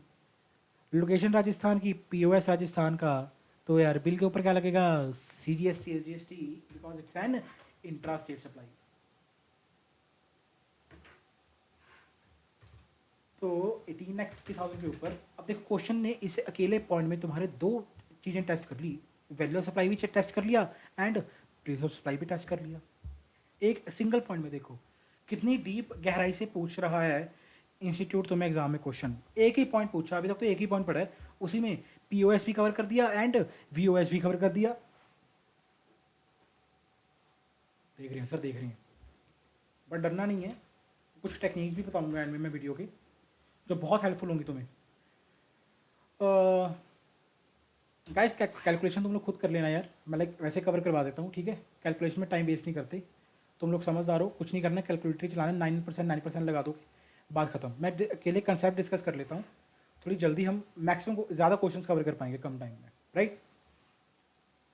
Next point, supply of goods worth 35 lakh to Cals Exim registered person of Prayagraj Uttar Pradesh. ठीक है. Further the amount of 60,000 charge separately not included above from Exim on account of municipal taxes levied in relation to such outward supplies. फिर वही बात, क्यों गद्दारी कर रहे रे मेरे साधु? काय गद्दारी कर रहे? तू 60,000 उससे ले रहे रे, तू क्यों इंक्लूड नहीं कर रहा है रे बिल के ऊपर? तू क्यों उसके ऊपर जीएसटी पे नहीं कर रहा? तेरे को इतनी बार समझाया रे बाबा कि जीएसटी ला ना उसके ऊपर. कहा है GST? 15(2)(a). Any tax duty cess fee other than GST shall form part of value of supply. तुम उससे चार्ज कर रहे हो भाई, चार्ज कर रहे हो. क्या चार्ज कर रहे हो? म्यूनसिपल टैक्सेस तुम ले रहे हो, पर जीएसटी क्यों नहीं दे रहे हो? मिल बांध के खाएंगे ना यार। 15 कहता है तुम्हारा, यानी कि जीएसटी किसके ऊपर लगेगा? 35,60,000 के ऊपर। अब मेरी बात सुनो, तुम्हारा जो रेसिडेंट है वो कहाँ का है? प्रयागराज उत्तर प्रदेश का। मूवमेंट ऑफ गुड्स कहाँ टर्मिनेट होगी जाके? प्रयागराज उत्तर प्रदेश में। तुम बैठे हो कहाँ पे? राजस्थान में। ये लोकेशन सप्लायर की कहाँ पे है? राजस्थान में। गुड्स का पीओएस क्या हो जाएगा? Place of supply Uttar Pradesh में। क्या लगेगा? आईजीएसटी। आई होप क्लियर हो गया होगा, वैल्यू ऑफ सप्लाई के एंगल से भी एंड पीओएस के एंगल से भी। Third point, supply of services संशन limited a registered person in Jodhpur Rajasthan before discount worth 6 lakh. Further discount of 30,000 which has been given at the time of supply of service and to recorded in the invoice. तुम्हारी जो basically value of supply हो जाएगी 5,70,000। क्यों? ये discount तुम deduct कर पाओगे invoice से, क्योंकि भाई डिस्काउंट्स प्रोवाइडेड बिफोर और eight the time of making the supply shall be deductible from value of supply. यही कहती है हमारी प्रोविजन। बिल काटने से पहले भाई तुमने डिस्काउंट दे दिया तो उसको तो यार ऑब्वियसली बिल से तुम माइनस करके ही बिल काटोगे ना, राइट? तो 5,70,000 तुम्हारा क्या हो जाएगा? Value of supply. Fourth point I hope clear होगा, ठीक है? राजस्थान का ही बंदा यार, इसमें सीजीएसटी एसजीएसटी लगेगा, तुम्हारा प्लेस ऑफ सप्लाई क्या हो जाएगा? Rajasthan. It delivered the goods worth 2 lakh to Jeevan solutions a registered person located Bikaner Rajasthan, ठीक है? On the direction of Raghu enterprises a registered person of Mumbai Maharashtra and tax invoice was issued by Evershine private limited to Raghu enterprises of Mumbai Maharashtra. Bill to ship to, कहीं पे निगाहें कहीं पे निशाना, प्यार किसी और से, बातें किसी और से। भाई इस केस में जोक सपाट क्या होगा? Place of supply. पहले तो प्लेस ऑफ, देखो वैल्यू ऑफ सप्लाई तो पता ही है 2 लाख होगा, बात खत्म, ठीक है ना? 2 लाख वैल्यू ऑफ सप्लाई होगी, दैट्स क्लियर, डन। पीओएस क्या होगा? बिल टू शिप टू के केस में पीओएस क्या होता है? Place of supply. Location of that person on whose direction the goods are delivered, कि भाई जिसकी डायरेक्शन पे, जिसके कहने पर तुम गुड्स डिलीवर कर रहे हो, उस पर्सन की लोकेशन तुम्हारी क्या हो जाएगी? Place of supply. भाई इस केस में अगर तुम देखो, तुम रघु एंटरप्राइजेज मुंबई के कहने पर, उनके इशारे पे चल रहे हो, उनकी कठपुतली बन के चल रहे हो। रघु जी कहते हैं कि यार गुड्स तुम डिलीवर कर दो, कहाँ पे? बीकानेर राजस्थान में। तुमने बीकानेर राजस्थान में गुड्स डिलीवर कर दिए, किसके कहने पर? रघु के कहने पर। तुम्हारे लिए रेसिडेंट कौन हो गया? रघु। रघु कहाँ का बंदा है? महाराष्ट्र का। पीओएस कहाँ पे आ गई? महाराष्ट्र में। तुम कहाँ बैठे हो? राजस्थान में। यानी कि it's an interstate supply, IGST will be levied. I hope clear हो गया होगा पीओएस एंड वीओएस दोनों के एंगल से। It's a very good question. Question तुम्हारे हर पॉइंट में basically value of supply and place of supply दोनों को टच कर रहा है। इनवर्ट सप्लाईज की डिटेल आ गई भी क्वेश्चन में, आइए देखते हैं जल्दी जल्दी। Purchase raw material worth 20 lakh from PQR limited GST registered dealer located at Kanpur Uttar Pradesh. Goods worth 1 lakh out of total purchases were not received in the month.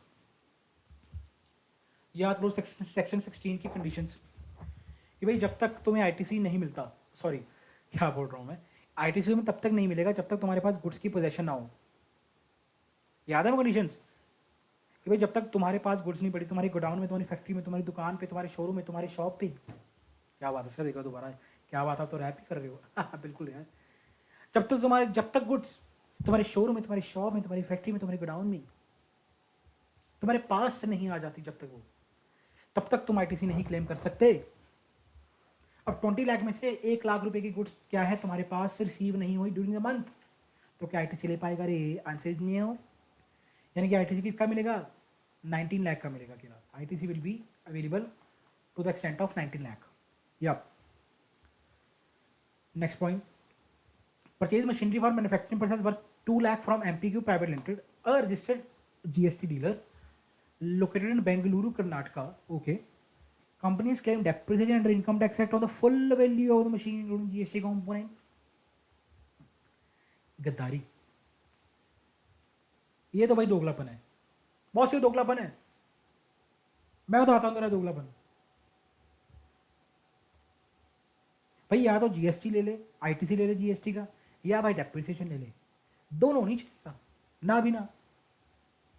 ये क्या बात बनी, जीएसटी की, जीएसटी भी ले ली, आईटीसी भी ले लिया, काय को रे, एक चीज़ मिलेगी ना यार, दोगलापन क्यों कर रहा है भाई। तुम्हारा ये जो बंदा है हमारा सप्लायर है, ठीक है, क्वेश्चन में वो बंदा 2 लाख के ऊपर डेप्रिसिएशन क्लेम कर चुका, पूरी की पूरी 2 लाख की वैल्यू के ऊपर, जीएसटी इंक्लूडेड था जिसमें, तो क्या उसको आईटीसी मिलेगा?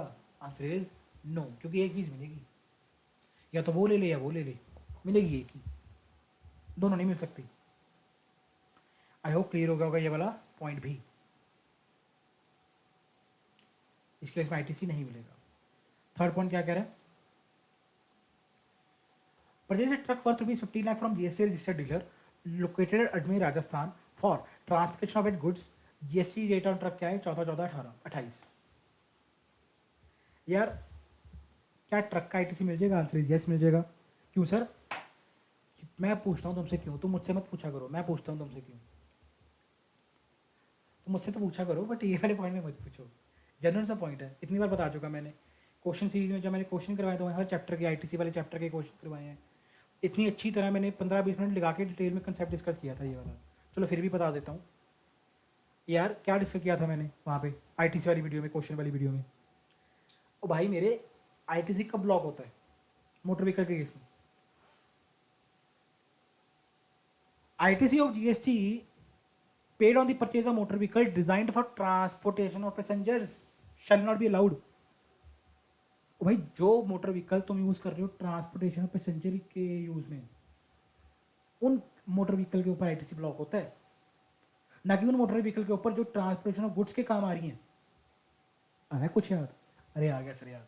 सर हमको पहले भी याद था, हम जानबूझ के बस सुनना चाहते थे आपके मुंह से, एक बार रिवाइज कर रहे थे सर। सर ठीक है, ठीक है। तो भाई यानी कि 15 लाख के ऊपर भाई क्या तुम्हें आईटीसी मिल जाएगा? आंसर इज यस, क्योंकि भाई ये ट्रांसपोर्टेशन ऑफ गुड्स के केस में है। इसका यूज केस देखो, transportation of goods, transportation of passenger थोड़ी ना हो रहा है यहाँ पे जो हम आईटीसी ब्लॉक कर देंगे। समझ आया कुछ? Yup sir yup. Next point, fourth part क्या है तुम्हारा, purchase a car having selling price of 7 person costing 10 lakh from Heer automobile GST registered dealer located Ajmer Rajasthan for use of a director for official purposes. इस case में ITC नहीं मिलेगा। क्यों? Motor vehicle purchase कर रहे हो, क्या मोटर व्हीकल है? कार है। कार का यूज केस क्या होगा? ट्रांसपोर्टेशन करने के लिए पैसेंजर्स की। क्वेश्चन ने बता भी दिया कि तुम्हारा पैसेंजर कौन है, तुम्हारा डायरेक्टर है कंपनी का। घर से ऑफिस, ऑफिस से घर, उसके बाद न जाने कहाँ कहाँ, वो डायरेक्टर ही जाने, राइट। भाई डायरेक्टर के लिए, डायरेक्टर की आवाजाही करने के लिए कंपनी ने कार परचेज करके दी थी डायरेक्टर को। ऑब्वियसली बात है, कार की सीटिंग कैपेसिटी क्या है? 7 पर्सन की, 7 पर्सन तक है, लेस देन 13 पर्सन है, आईटीसी नहीं लेने का रे। Fifth point, purchase goods worth rupees 5 lakh from Def Buildwell private limited registered person of Jaipur Rajasthan for construction of an additional floor of factory building of Everest private limited. Section 7 है, sub section 5 याद करो यार। कोई भी गुड्स परचेज कर रहे हो for construction of N immovable property other than plant and machinery shall not be allowed, shall not be allowed. इस केस में 5 लाख रुपए के गुड्स तुमने परचेज कर लिए, किस चीज़ के लिए? अपनी फैक्ट्री बिल्डिंग में एक और एडिशनल फ्लोर कंस्ट्रक्ट करने के लिए। अब यार फैक्ट्री बिल्डिंग क्या है तुम्हारी? कैपिटलाइज भी पड़ी है बुक्स में, राइट। कैपिटल एसेट है तुम्हारा, कैपेक्स इनकर कर रहे हो, कैपिटल एक्सपेंडिचर इनकर कर रहे हो, ठीक है। तो क्या ये एक इमूवेबल प्रॉपर्टी कंस्ट्रक्ट कर रहे हो? एडिशनल फ्लोर कंस्ट्रक्ट हो रहा है सर, और फ्लोर क्या होगा? Immovable property. क्या आईटीसी मिलेगा रे? आंसर इज नहीं, इस केस में आईटीसी सर नहीं मिलेगा। सेक्शन 7 सब सेक्शन 5 स्पेसिफिकली इस ट्रांजैक्शन को कवर करता है एंड ब्लॉक करता है इस केस में आईटीसी। आई होप ये क्वेश्चन तुम्हें क्लियर हो गया होगा। देखते देखते भाई हमने सारे के सारे पॉइंट्स क्वेश्चन के कर लिए। 4 पॉइंट्स उसके थे, आउटवर्ड सप्लाईज के 5 इसके थे, 9 पॉइंट्स हमने डिस्कस कर लिए। क्या था इस क्वेश्चन में? मेरे को तो सबसे इजी क्वेश्चन लगा अब तक जितने क्वेश्चन हमने किए हैं। कुछ भी नहीं था यार, कुछ भी नहीं था, लिटरली फ्री के नंबर है, लिटरली।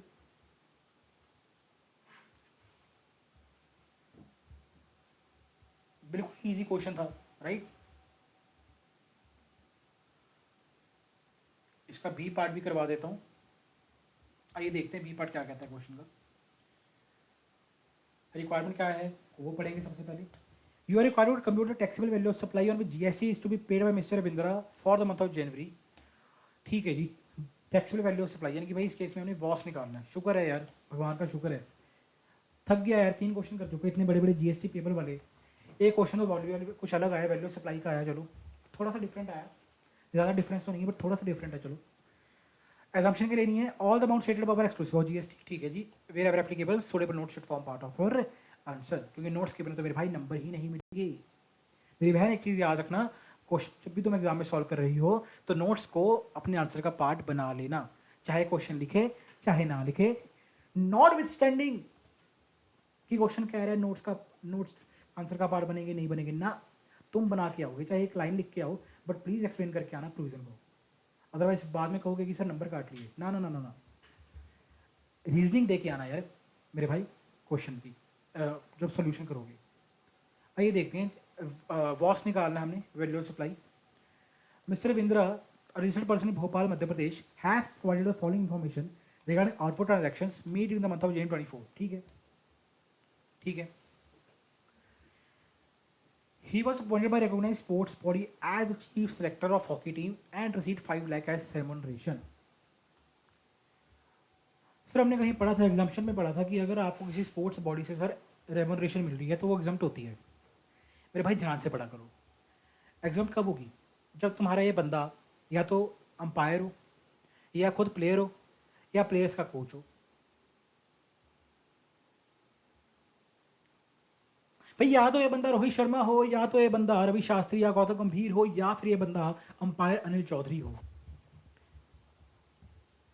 या तो ये बंदा भाई विराट कोहली हो, या ये बंदा भाई अपना राहुल द्रविड़ हो, या फिर ये बंदा भाई अनिल चौधरी हो। अंपायर एक ही याद आ रहा है अंपायर का नाम यार, ठीक है। ना ये बंदा प्लेयर है, ना ये बंदा भाई अंपायर है, ना रेफरी है, ना कोच है, भाई ये बंदा तो पता नहीं कौन है, मिस्टर बिंद्रा, बस इतना पता है। वो इस केस में एग्जाम्पशन नहीं मिलेगी, रीजन तुम लोगों को मैंने बता दिया। तो भाई इस केस में भाई जीएसटी लगेगा, आंसर इज यस लगेगा, जीएसटी लगेगा सर। ये हमारा वैल्यू ऑफ सप्लाई का पार्ट बन जाएगा 5 लाख का, 5 lakh. Second point sorry, services of pure labor contract was provided for construction of independent residential unit of 1,80,000। Exempt है भाई जीएसटी। मैं अपना घर बनाने के लिए भाई सर्विस ले रहा हूँ प्योर लेबर कॉन्ट्रैक्ट की, उस केस में जीएसटी नहीं लगता। सर आम बंदा अपना घर बनाना चाहता है, रोटी कपड़ा मकान, सर एक इंसान की basic necessities, basic requirements. Sir एक आम बंदा अपना घर बना रहा है सर, और आप जीएसटी ले रहे हो सर, बवाल उठेगा सर देश में। तो सरकार ने भाई जीएसटी इसके ऊपर नहीं लगाया, क्योंकि आम एक मकान बनाना तो भाई, अपना घर बनाना तो भाई हर एक आदमी का हक है, हर एक आदमी का सपना है, हर एक इंसान का। तो इसके ऊपर भाई जीएसटी नहीं लगता। Your own independent residential unit तुम लोग कंस्ट्रक्ट करवा रहे हो प्योर लेबर कॉन्ट्रैक्ट की सर्विस लेके सर, तो ये वैल्यू सप्लाई का पार्ट नहीं बनेगा, जीएसटी नहीं लगता इसके ऊपर, मेरा घर है क्योंकि।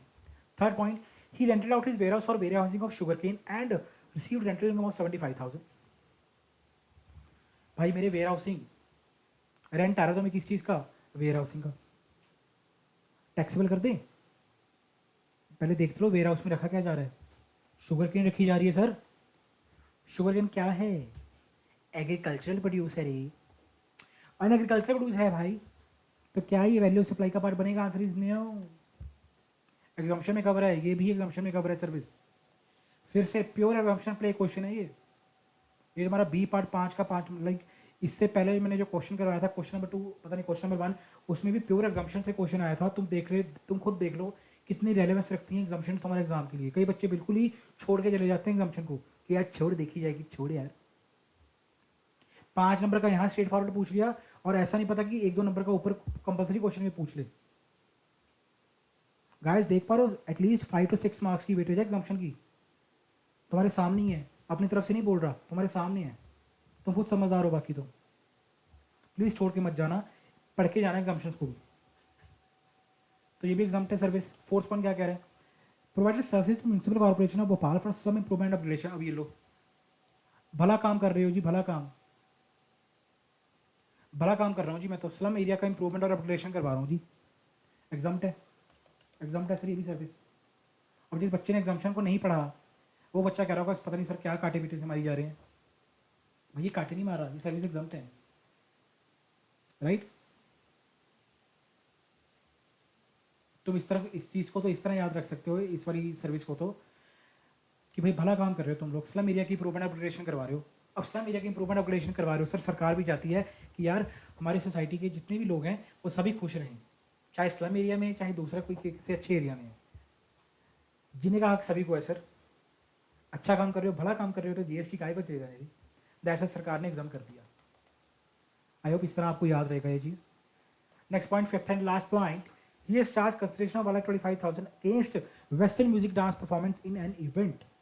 यहाँ पे जीएसटी लगेगा। ये वैल्यू ऑफ सप्लाई का पार्ट बनेगा तुम्हारा। सर हमने पढ़ा था सर कि अगर 1,50,000 से नीचे कोई बंदा डांस परफॉर्मेंस के लिए कंसिडरेशन ले रहा है तो वो एग्जाम्प्ट होती है। भाई मेरे वेस्टर्न डांस कर रहा है वो बंदा, माना 1,50,000 से नीचे चार्ज कर रहे हो, माना, मैंने माना। डांस की फॉर्म क्या है, म्यूजिक किस चीज का, कौन सा म्यूजिक है, वेस्टर्न म्यूजिक। देखिए क्या बात बनती है भाई। एग्जाम्पशन हम तभी देंगे अगर कोई लड़का, अगर कोई लड़की हमारी क्या करेगी, भारतीय संगीत, Indian classical music, folk music में परफॉर्मेंस करेगी। अगर हमारा कोई भाई बंधु, हमारी कोई बहन कल्चरल अपना फोक म्यूजिक को प्रैक्टिस करते हैं या इंडियन क्लासिकल म्यूजिक को प्रैक्टिस करते हैं, उसी केस में एग्जाम्पशन मिलेगी, अदरवाइज एग्जाम्पशन नहीं मिलेगी। ये भी एग्जाम्पशन का पॉइंट था, प्योर एग्जाम्पशन प्ले क्वेश्चन था गाइस, प्योर एग्जाम्पशन प्ले, कुछ भी नहीं था। जो बंदा एग्जाम्पशन को छोड़ के जा रहा है वो ये बंदा क्वेश्चन नहीं कर सकता, उसके 5 नंबर गए पानी में, छपाक गए पानी में। तुम खुद देख लो एग्जाम्पशन की रेलेवेंस। और ये मैं कोई हवा में क्वेश्चन नहीं करवा रहा, ये मई 24 अटैम्प्ट का क्वेश्चन पेपर है जो मैं खोल के बैठा हूँ, मई 24 का, लास्ट ईयर यानी कि 1 साल पहले, रिसेंट एग्जाम पेपर है भाई। प्लीज़ गाइस इंपॉर्टेंस को समझो कि कितना इंपॉर्टेंट है एग्जाम्पशन वाले चैप्टर। लगा लो टोटल कितना आ गया जी, 6,25,000 का टोटल आ गया। देख लेते हैं आंसर क्या हमने सही किया या गलत। आइए चेक करते हैं।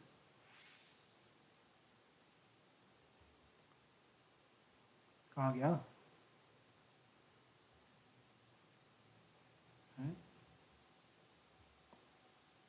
ये लो, ये रहा 6,25,000, यही हमारा आंसर था। ठीक, आई होप ये क्वेश्चन तुम लोगों को क्लियर हो गया होगा। Easy question, right.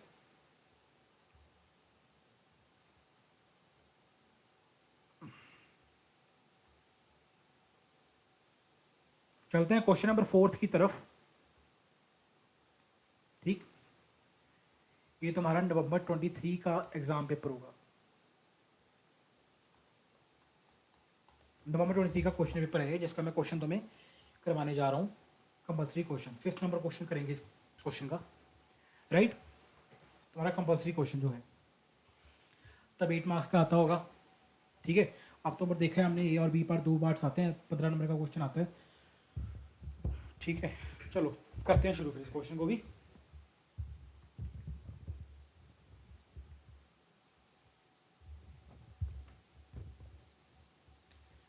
क्या करना है क्वेश्चन में, पहले रिक्वायरमेंट पढ़ो क्वेश्चन की एज यूजुअल, जिस तरह मैंने बताया तुम लोगों को।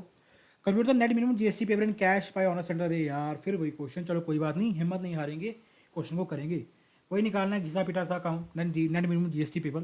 सर घिसा पिटा मत कहो सर, यहाँ सर बैंड बजी पड़ी है सर, समझ नहीं आ रहा सर, ए सॉरी यार सॉरी, आपने सर ऐसे कहते हैं घिसा पिटा काम है सर, हमें पूछ के देखो सर। अरे कोई नहीं यार। Miss Nitya, proprietor of Mrs honest enterprises, a registered supplier of taxable goods and services in the state of West Bengal, ठीक है, pays GST under regular scheme, ठीक है जी। नित्या जी हैं हमारी, वेस्ट बंगाल की स्टेट में रजिस्टर्ड हैं, ऑनेस्ट एंटरप्राइजेज का इनका काम है, बड़ी ऑनेस्टी से अपना काम कर रही हैं और रेगुलर स्कीम में ये रजिस्टर्ड है हमारी नित्या जी, ठीक है। It is not eligible for any threshold exemption, okay. It provided the following information for the month of December 22, okay, ठीक है। गाइस जीएसटी पेपर निकालना है, वही सेम प्रोसेस लगेगा, पहले आउटपुट टैक्स निकालोगे, फिर इनपुट टैक्स निकालोगे, एंड दोनों का फिर एडजस्टमेंट करोगे, सेट ऑफ करोगे, दोनों को माइनस करोगे, प्लस माइनस करोगे, तुम्हारा जीएसटी पेपर कैश अपने आप निकल के आ जाएगा। मैं कैलकुलेशन नहीं करूँगा, मैं सिर्फ एडजस्टमेंट्स को कवर करवा दूंगा, राइट, ताकि हमारा टाइम सेव हो। कैलकुलेशन तुम खुद कर लेना, ओके। मेरे को कि मैं तुम लोगों को बेसिकली कॉन्सेप्ट डिस्कस करवा दूँ, ताकि जो तुम्हारे मन में डर है ना कि हमसे नहीं हो पाएगा, हमसे नहीं हो रहा कंपल्सरी क्वेश्चन, वो डर निकालना बस मेरे को। मेरे को सिर्फ इस वीडियो का सिर्फ इतना का पर्पस है यार कि तुम्हारे अंदर जो कॉन्फिडेंस है ना वो बूस्ट हो।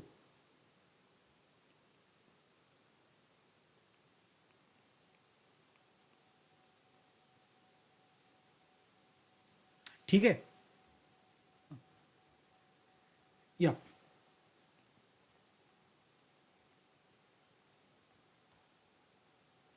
तो क्या है, interest supply of goods to message natural and sons. फिर ठीक है, इंटरसेट सप्लाई की है तुमने नेचुरल एंड सन्स को, किसकी की है, गुड्स की है, ये तुम्हारा रेट है जीएसटी का, राइट। वही हमारी सारी की सारी कंडीशन एंड नोट्स वही है कि जीएसटी का रेट दे दिया, आईटीसी की कंडीशंस फुलफिल हो रही हैं, एक्सक्लूसिव ऑफ टैक्सेस अमाउंट है जो हम पढ़ के आ रहे हैं, राइट। अप्रोच वही रखना, पहले क्वेश्चन की रिक्वायरमेंट पढ़ना, फिर एडिशनल नोट्स को पढ़ना, उसके बाद क्वेश्चन को स्टार्ट करना। ठीक है, तो ठीक है यार, इंटरसेट सप्लाई ऑफ गुड्स किए हैं हमने। इंटरसेट सप्लाई यानी कि सीजीएसटी एचजीएसटी लगेगा, गुड्स का रेट लग जाएगा, ये इसके ऊपर 2.5% कर करके तुम लोग निकाल लोगे। ठीक है, आई होप क्लियर है। Interstate transfer of goods to it branch office in the state of West Bengal, both places are registered under the same GST. अच्छा, इंटरस्टेट ट्रांसफर किया भाई, इन द स्टेट ट्रांसफर है, within the state transfer है, वेस्ट बंगाल में transfer किया और अपने branch office को तुमने गुड्स ट्रांसफर किए हैं। तुम्हारे ब्रांच ऑफिस की कोई सेपरेट रजिस्ट्रेशन नहीं है। क्वेश्चन क्या कह रहा है, both places are under the same GST.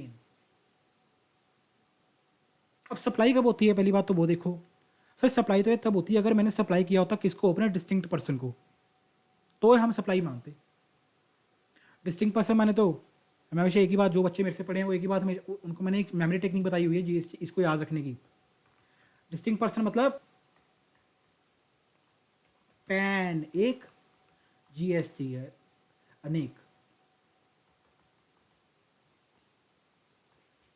Pan number एक ही होगा पर जीएसटी नंबर अलग अलग होगा सर। अगर कोई इस तरह का तुम देख रहे हो किसी ब्रांचेस को, किसी बिजनेसेस को, कि जिनका पैन नंबर सेम है पर जीएसटी नंबर अलग अलग है, राइट, यानी कि एक ही मास्टरमाइंड है उनके पीछे, तो भाई वो क्या हो गए, डिस्टिंक्ट पर्सन हो गए। बट हमारे केस में तो सर अगर हम बात करें, हमारी ब्रांच ऑफिस है, उसका तो जीएसटी नंबर भी सेम है, जो जीएसटी हमारा वही जीएसटी उसका। ये तो सप्लाई ही नहीं हुई सर, ये तो सप्लाई ही नहीं हुई सर, ये तो सप्लाई ही नहीं हुई। हमारे ही घर की बात है सर, घर की बात घर में ही रहेगी सर, सप्लाई थोड़ी ना हुई। और जब घर की बात घर में ही रह गई तो जीएसटी काहे को पे करोगे रे। तो ये सप्लाई नहीं है भाई, और इसके ऊपर जीएसटी नहीं लगेगा। आई होप क्लियर हो गया होगा कि ये डिस्टिंक्ट पर्सन नहीं है, दैट्स वाई जीएसटी भी नहीं लगेगा। डिस्टिंक्ट पर्सन होते कौन है वो मैंने आपको एक मेमोरी टेक्निक भी बता दी, जीएसटी ने एक पैन एक। ठीक, third point, provided interstate supply of sponsorship services to XY limited of Chennai. आई चेन्नई आई, इंटरस्टेट सप्लाई की है किसकी, स्पॉन्सरशिप सर्विसेज की, टू एक्सवाई लिमिटेड। अब यार, अब तुम कौन हो, तुम मिस नित्या हो, तुम प्रोप्राइटर हो, राइट, तुम क्या हो, सप्लायर हो स्पॉन्सरशिप सर्विसेज के। एंड तुम लोगों को पता है कि स्पॉन्सरशिप सर्विसेज के केस में क्या लगता है, आरसीएम, यानी कि भी एक्सवाइजर लिमिटेड जो है वो टैक्सेस के ऊपर पे करवाएगी अंडर आरसीएम। तुम लोग टैक्स नहीं पे करोगे, नित्या हमारी टैक्स नहीं पे करेगी, सीधी सी बात है। आरसीएम वाला पॉइंट टच कर रहा है कुछ नया तुम्हारा, याद आया कुछ। अगर तुम स्पॉन्सरशिप की सर्विसेज प्रोवाइड कर रहे हो किसको, एनी बॉडी कॉर्पोरेट और अ पार्टनरशिप फर्म, तो भाई उस केस में वो बॉडी कॉर्पोरेट और partnership firm as a case में भी जो भी होगा वो टैक्स पे करेगा अंडर रिवर्स चार्ज, ना कि तुम पे करोगे अंडर फॉरवर्ड चार्ज। तो भाई इस केस में हमारा तो इसमें कोई रोल नहीं है, आरसीएम में टैक्स पे हो जाएगा अपने। Fourth point, advance receive for future supply of management consultancy services to mister Sharad intrastate supply 40,000। Sir तो फ्यूचर में हम लेंगे ना सप्लाई, सर हमें अभी कौन सा सर्विस सप्लाई कर दी भाई, मेरे टाइम ऑफ सप्लाई। क्वेश्चन तुम्हारा यहाँ पे टीओएस चेक कर गया, टाइम ऑफ सप्लाई का नॉलेज टेस्ट कर गया।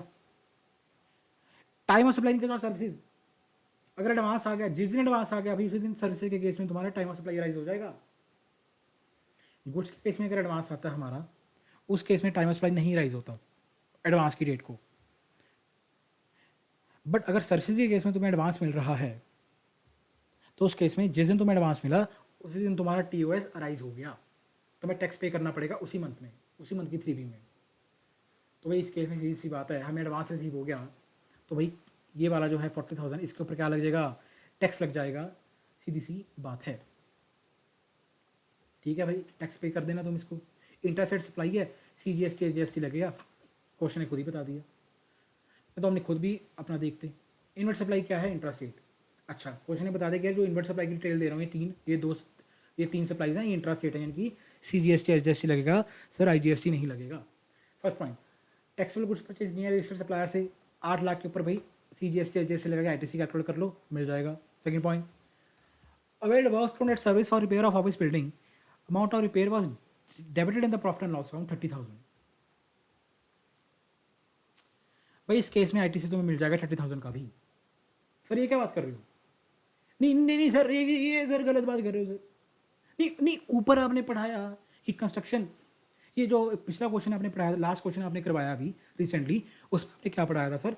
बिल्डिंग एडिशनल फ्लोर कंस्ट्रक्ट हो रहा है बिल्डिंग में, फैक्ट्री की बिल्डिंग थी, एडिशनल फ्लोर कंस्ट्रक्ट हो रहा है, उसके में तो आप कह रहे थे ITC नहीं मिलेगा। और सर इसमें तो भी वही कुछ हो रहा है, फ़र्क है कि ऑफिस की बिल्डिंग है और रिपेयर की सर्विस ले रहे हैं। सर ये गलत कर रहे हो सर आप। भाई मेरी शांत शांत शांत शांत। क्या लिखा है? Debited in the profit and loss account. अगर तुमने प्रोविजन को ध्यान से पढ़ा हो सेक्शन 7 सबसेक्शन 5 में, इस वाले प्रोविजन को, तो उसके इसमें क्या लिखा होता है? ITC shall be blocked. ITC block होगा, माना, ब्लॉक होगा माना, to the extent of capitalisation.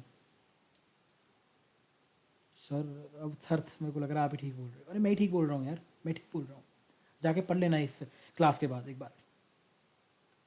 भाई मेरे ITC ब्लॉक होगा to the extent of capitalisation, यानी कि जितना पार्ट तुमने, जितना पोर्शन तुमने बुक्स में कैपिटलाइज किया है, उस पोर्शन, उस कंपोनेंट के लिए उसके इक्वलेंट जितना ITC है वो ब्लॉक होगा। और जितना पोर्शन तुम P&L में चार्ज कर रहे हो, जिस पोर्शन को तुम कैपिटलाइज नहीं कर रहे, उस पोर्शन का ITC तुम्हें मिल जाएगा। सर इस केस में मेरे भाई मेरी बहन 30,000 का जो तुम खर्चा है उसको कहाँ चार्ज कर रहे हो? P&L में चार्ज कर रहे हो, उसको कैपिटलाइज नहीं कर रहे हो बुक्स में। सो 30,000 के इक्वलेंट, उसके ऊपर जितना ITC बनेगा, जितना GST बनेगा इन्वर्ट सप्लाईज के ऊपर, वो तुम्हें मिल जाएगा। वो एलिजिबल है, इनएलिजिबल नहीं है। आई होप क्लियर हो गया होगा ये वाला पॉइंट भी। गेम इस वर्ड की थी, debited in the profit and loss account to the extent of capitalisation. तभी कहता हूँ कि प्रोविज़न को ध्यान से पढ़ा करो, कब कौन सा पॉइंट टेस्ट कर ले question, you guys never know. हम नहीं जज कर सकते कि यार कि कौन सा पॉइंट IC टेस्ट कर ले कब, you don't no.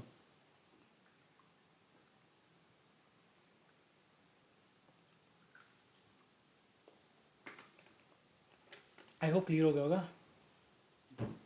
Third point, अभी legal services from an advocate to represent the matter in the court relating to collection of dispute proceeding from customer. तो भाई कुछ नहीं है, एडवोकेट का सर्विस लिया, RCM में कवर है, जाहिर सी बात है, पढ़ के आए हो लिस्ट में एडवोकेट वाली service under reverse charge cover होती है।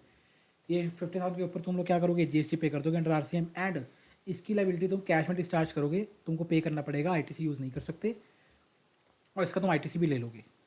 ठीक है, लाइक पहले पेबल में मैंने लाइक क्वेश्चन 1 क्वेश्चन 2 तुम्हें करवाए हैं, पहले पेबल में तुम इंक्लूड कर लोगे, उसके बाद ITC में इसको माइनस कर दोगे। आई होप क्लियर होगा। तो गाइस इसी के साथ मैंने तुम लोगों को 4 क्वेश्चंस करवा दिए, compulsory questions, and that to तुम्हारी रिसेंट एग्जामिनेशन के। रिसेंट अटैम्प्ट में Jan 25, November 24, May 24, November 23, इन चारों चारों क्वेश्चन पेपर के जो तुम्हारे एग्ज़ाम में आए हैं, उन चारों क्वेश्चन पेपर में क्या कंपल्सरी क्वेश्चन था वो मैंने तुम्हें करवा दिया कवर। आई होप तुम लोगों का कॉन्फिडेंस बूस्ट हुआ होगा, राइट? तुम्हें मज़ा आया होगा सेशन में। ये तो मेरे को नहीं पता आया नहीं आया, बट मेरे को पढ़ाने में मज़ा आया यार, मैं तुम्हें लिटरली कहूँ। गाइस वीडियो अच्छी लगी हो तो लाइक करना, मज़ा आया हो तो डेफिनेटली कमेंट करके जाना, कि लाइक करके मत जाना यार, मेरी बहुत जान लगे, 2 घंटे हो गए मेरे को लगातार बोलते हुए। ठीक है, अगर बिल्कुल अगर मज़ा आया हो ना, अगर समझ आया हो, अगर कॉन्फिडेंस तुम्हारा लिटरली बूस्ट हुआ है ना इस वीडियो को देखने के बाद, अगर मन में, अब अगर वो दिल में, अगर एक मन में ना वो कॉन्फिडेंस आया है कि यार हाँ सर अब हम क्वेश्चन को ख़त्म कर देंगे, अब नहीं सर छोड़ते क्वेश्चन को, अब तो सर हमारा फेवरेट क्वेश्चन बन चुका कंपल्सरी क्वेश्चन, डेफिनेटली कमेंट करके जाना है, थोड़ा मेरे को भी मोटिवेशन मिले कि यार हाँ कि तुम लोगों को समझ आया। मेरे को पता ही नहीं लगता कि तुम लोगों को समझ आया नहीं आया, मैं कैसे जज करूँ बताओ? तुम लोग ना लाइक करते हो ना कमेंट करते हो। मेरे को कैसे पता लगेगा तुम लोगों को समझ आया नहीं आया? भाई थोड़ी सी मोटिवेशन अपने इस भाई को भी दे दो यार, प्लीज़ कमेंट कर देना यार। सब्सक्राइब तो डेफिनेटली कर लेना, बिकॉज ये चैनल, मेरा channel through out your CA journey बहुत काम आने वाला है तुम्हारे, बहुत काम आने वाला है, राइट? मेरा आर्टिकलशिप का exposure, post qualifying CA, I worked in Deloitte, उसका exposure, like I have seen everything practically, बहुत कुछ सीखा है, बहुत कुछ देखा है, and like gradually and slowly slowly I will share with you बहुत कुछ, बहुत कुछ शेयर करता रहूँगा तुम्हारे साथ यार प्रैक्टिकली। अपना डेलॉयट का एक्सपोजर, अपने आर्टिकलशिप का एक्सपोजर, राइट? बहुत काम आने वाला है तुम्हारे यार ये चैनल, सब्सक्राइब कर लेना डेफिनेटली। अगर तुम्हें लगे कि यार इस तरह की वीडियो एक और सर अपलोड कर देना, थोड़ी और क्वेश्चंस की प्रैक्टिस करवा देना, आप कंपल्सरी क्वेश्चंस की, हमें अच्छा लगा, हमें मज़ा आया, कमेंट करके बता देना मेरे को। मैं डेफिनेटली एक और वीडियो लेके आऊँगा जिसमें मैं 4 to 5 क्वेश्चंस और कवर करवा दूँगा। अब देखो 4 क्वेश्चन मैंने ये कवर करवा दिए तुम्हें, राइट? 2 वीडियोज़ मैंने एमटीपी की ऑलरेडी अपलोड की हैं अपने चैनल पर, MTP series 1 and MTP series 2। उसमें भी मैंने कंपल्सरी क्वेश्चन जो एमटीपी में आया है वो भी कवर करवाया है बहुत अच्छी तरह डिटेल में, यानी कि 2 क्वेश्चन तुम्हारे वो हो गए। 6 क्वेश्चंस की तो तुम्हारी मैं प्रैक्टिस करवा चुका हूँ एमटीपी की, सॉरी टोटल, इन टोटल करवा चुका हूँ 2 एमटीपी में, एंड 4 क्वेश्चन मैंने इस वीडियो में करवा दिए, राइट? एमटीपी की वीडियो अभी तक नहीं देखी, अगर क्या कर रही हो यार देखो पहले जाके उसे, बहुत इंपॉर्टेंट एमटीपी, बहुत ज़्यादा इंपॉर्टेंट एमटीपी एग्जाम के लिए, ठीक है? 4 क्वेश्चन की वीडियो ये देखो, तुम्हारा कॉन्फिडेंस ना लिटरली साथ में आसमान में होगा ये वीडियोज़ देखने के बाद। एक मोराल बूस्ट हो जाएगा कि यार हाँ हम कर सकते हैं, हमारे अब रेडार में आ गए ये क्वेश्चंस, हमको अब समझ बैठता है। एंड गाइस तुम लोग खुद ही देख चुके हो यार कि अब कई बच्चे क्या करते हैं, छोड़ जाते हैं टाइम ऑफ सप्लाई वाला चैप्टर, प्लेस ऑफ सप्लाई छोड़ के चले जाते हैं। तुम्हारे सामने है time of supply, place of supply, value of supply, exemptions, supply under GST and ITC. मैं दोबारा बोल रहा हूँ, supply under GST, time of supply, place of supply, value of supply, exemptions and ITC, 6 chapters हो गए, 6 chapters. इन 6 chapters को मिला के तुम्हारा ये 15 का 15 नंबर का कंपल्सरी क्वेश्चन बनता है, तुम खुद सोच सो।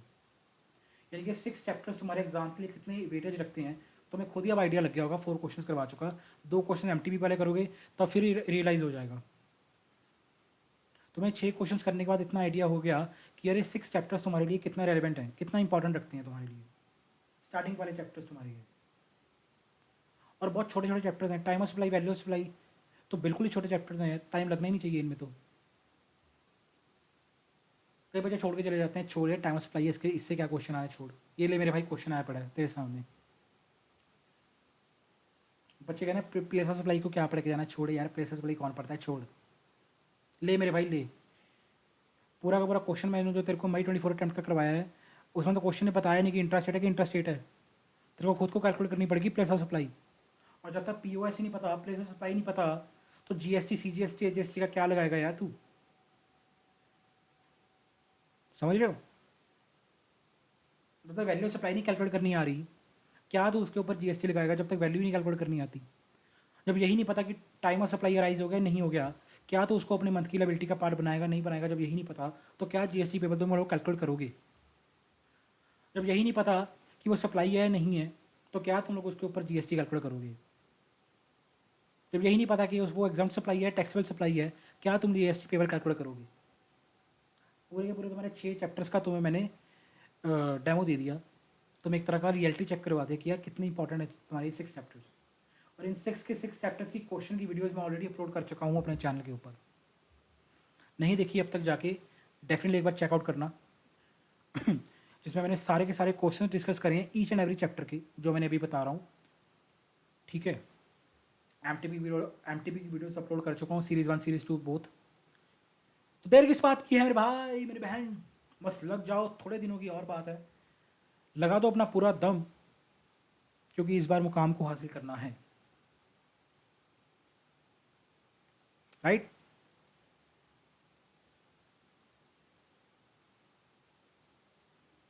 लगा दो अपना पूरा दम, पूरी जान लगा दो, ठीक है गाइस? मिलते हैं नेक्स्ट वीडियो में, तब तक के लिए देखते रहिए,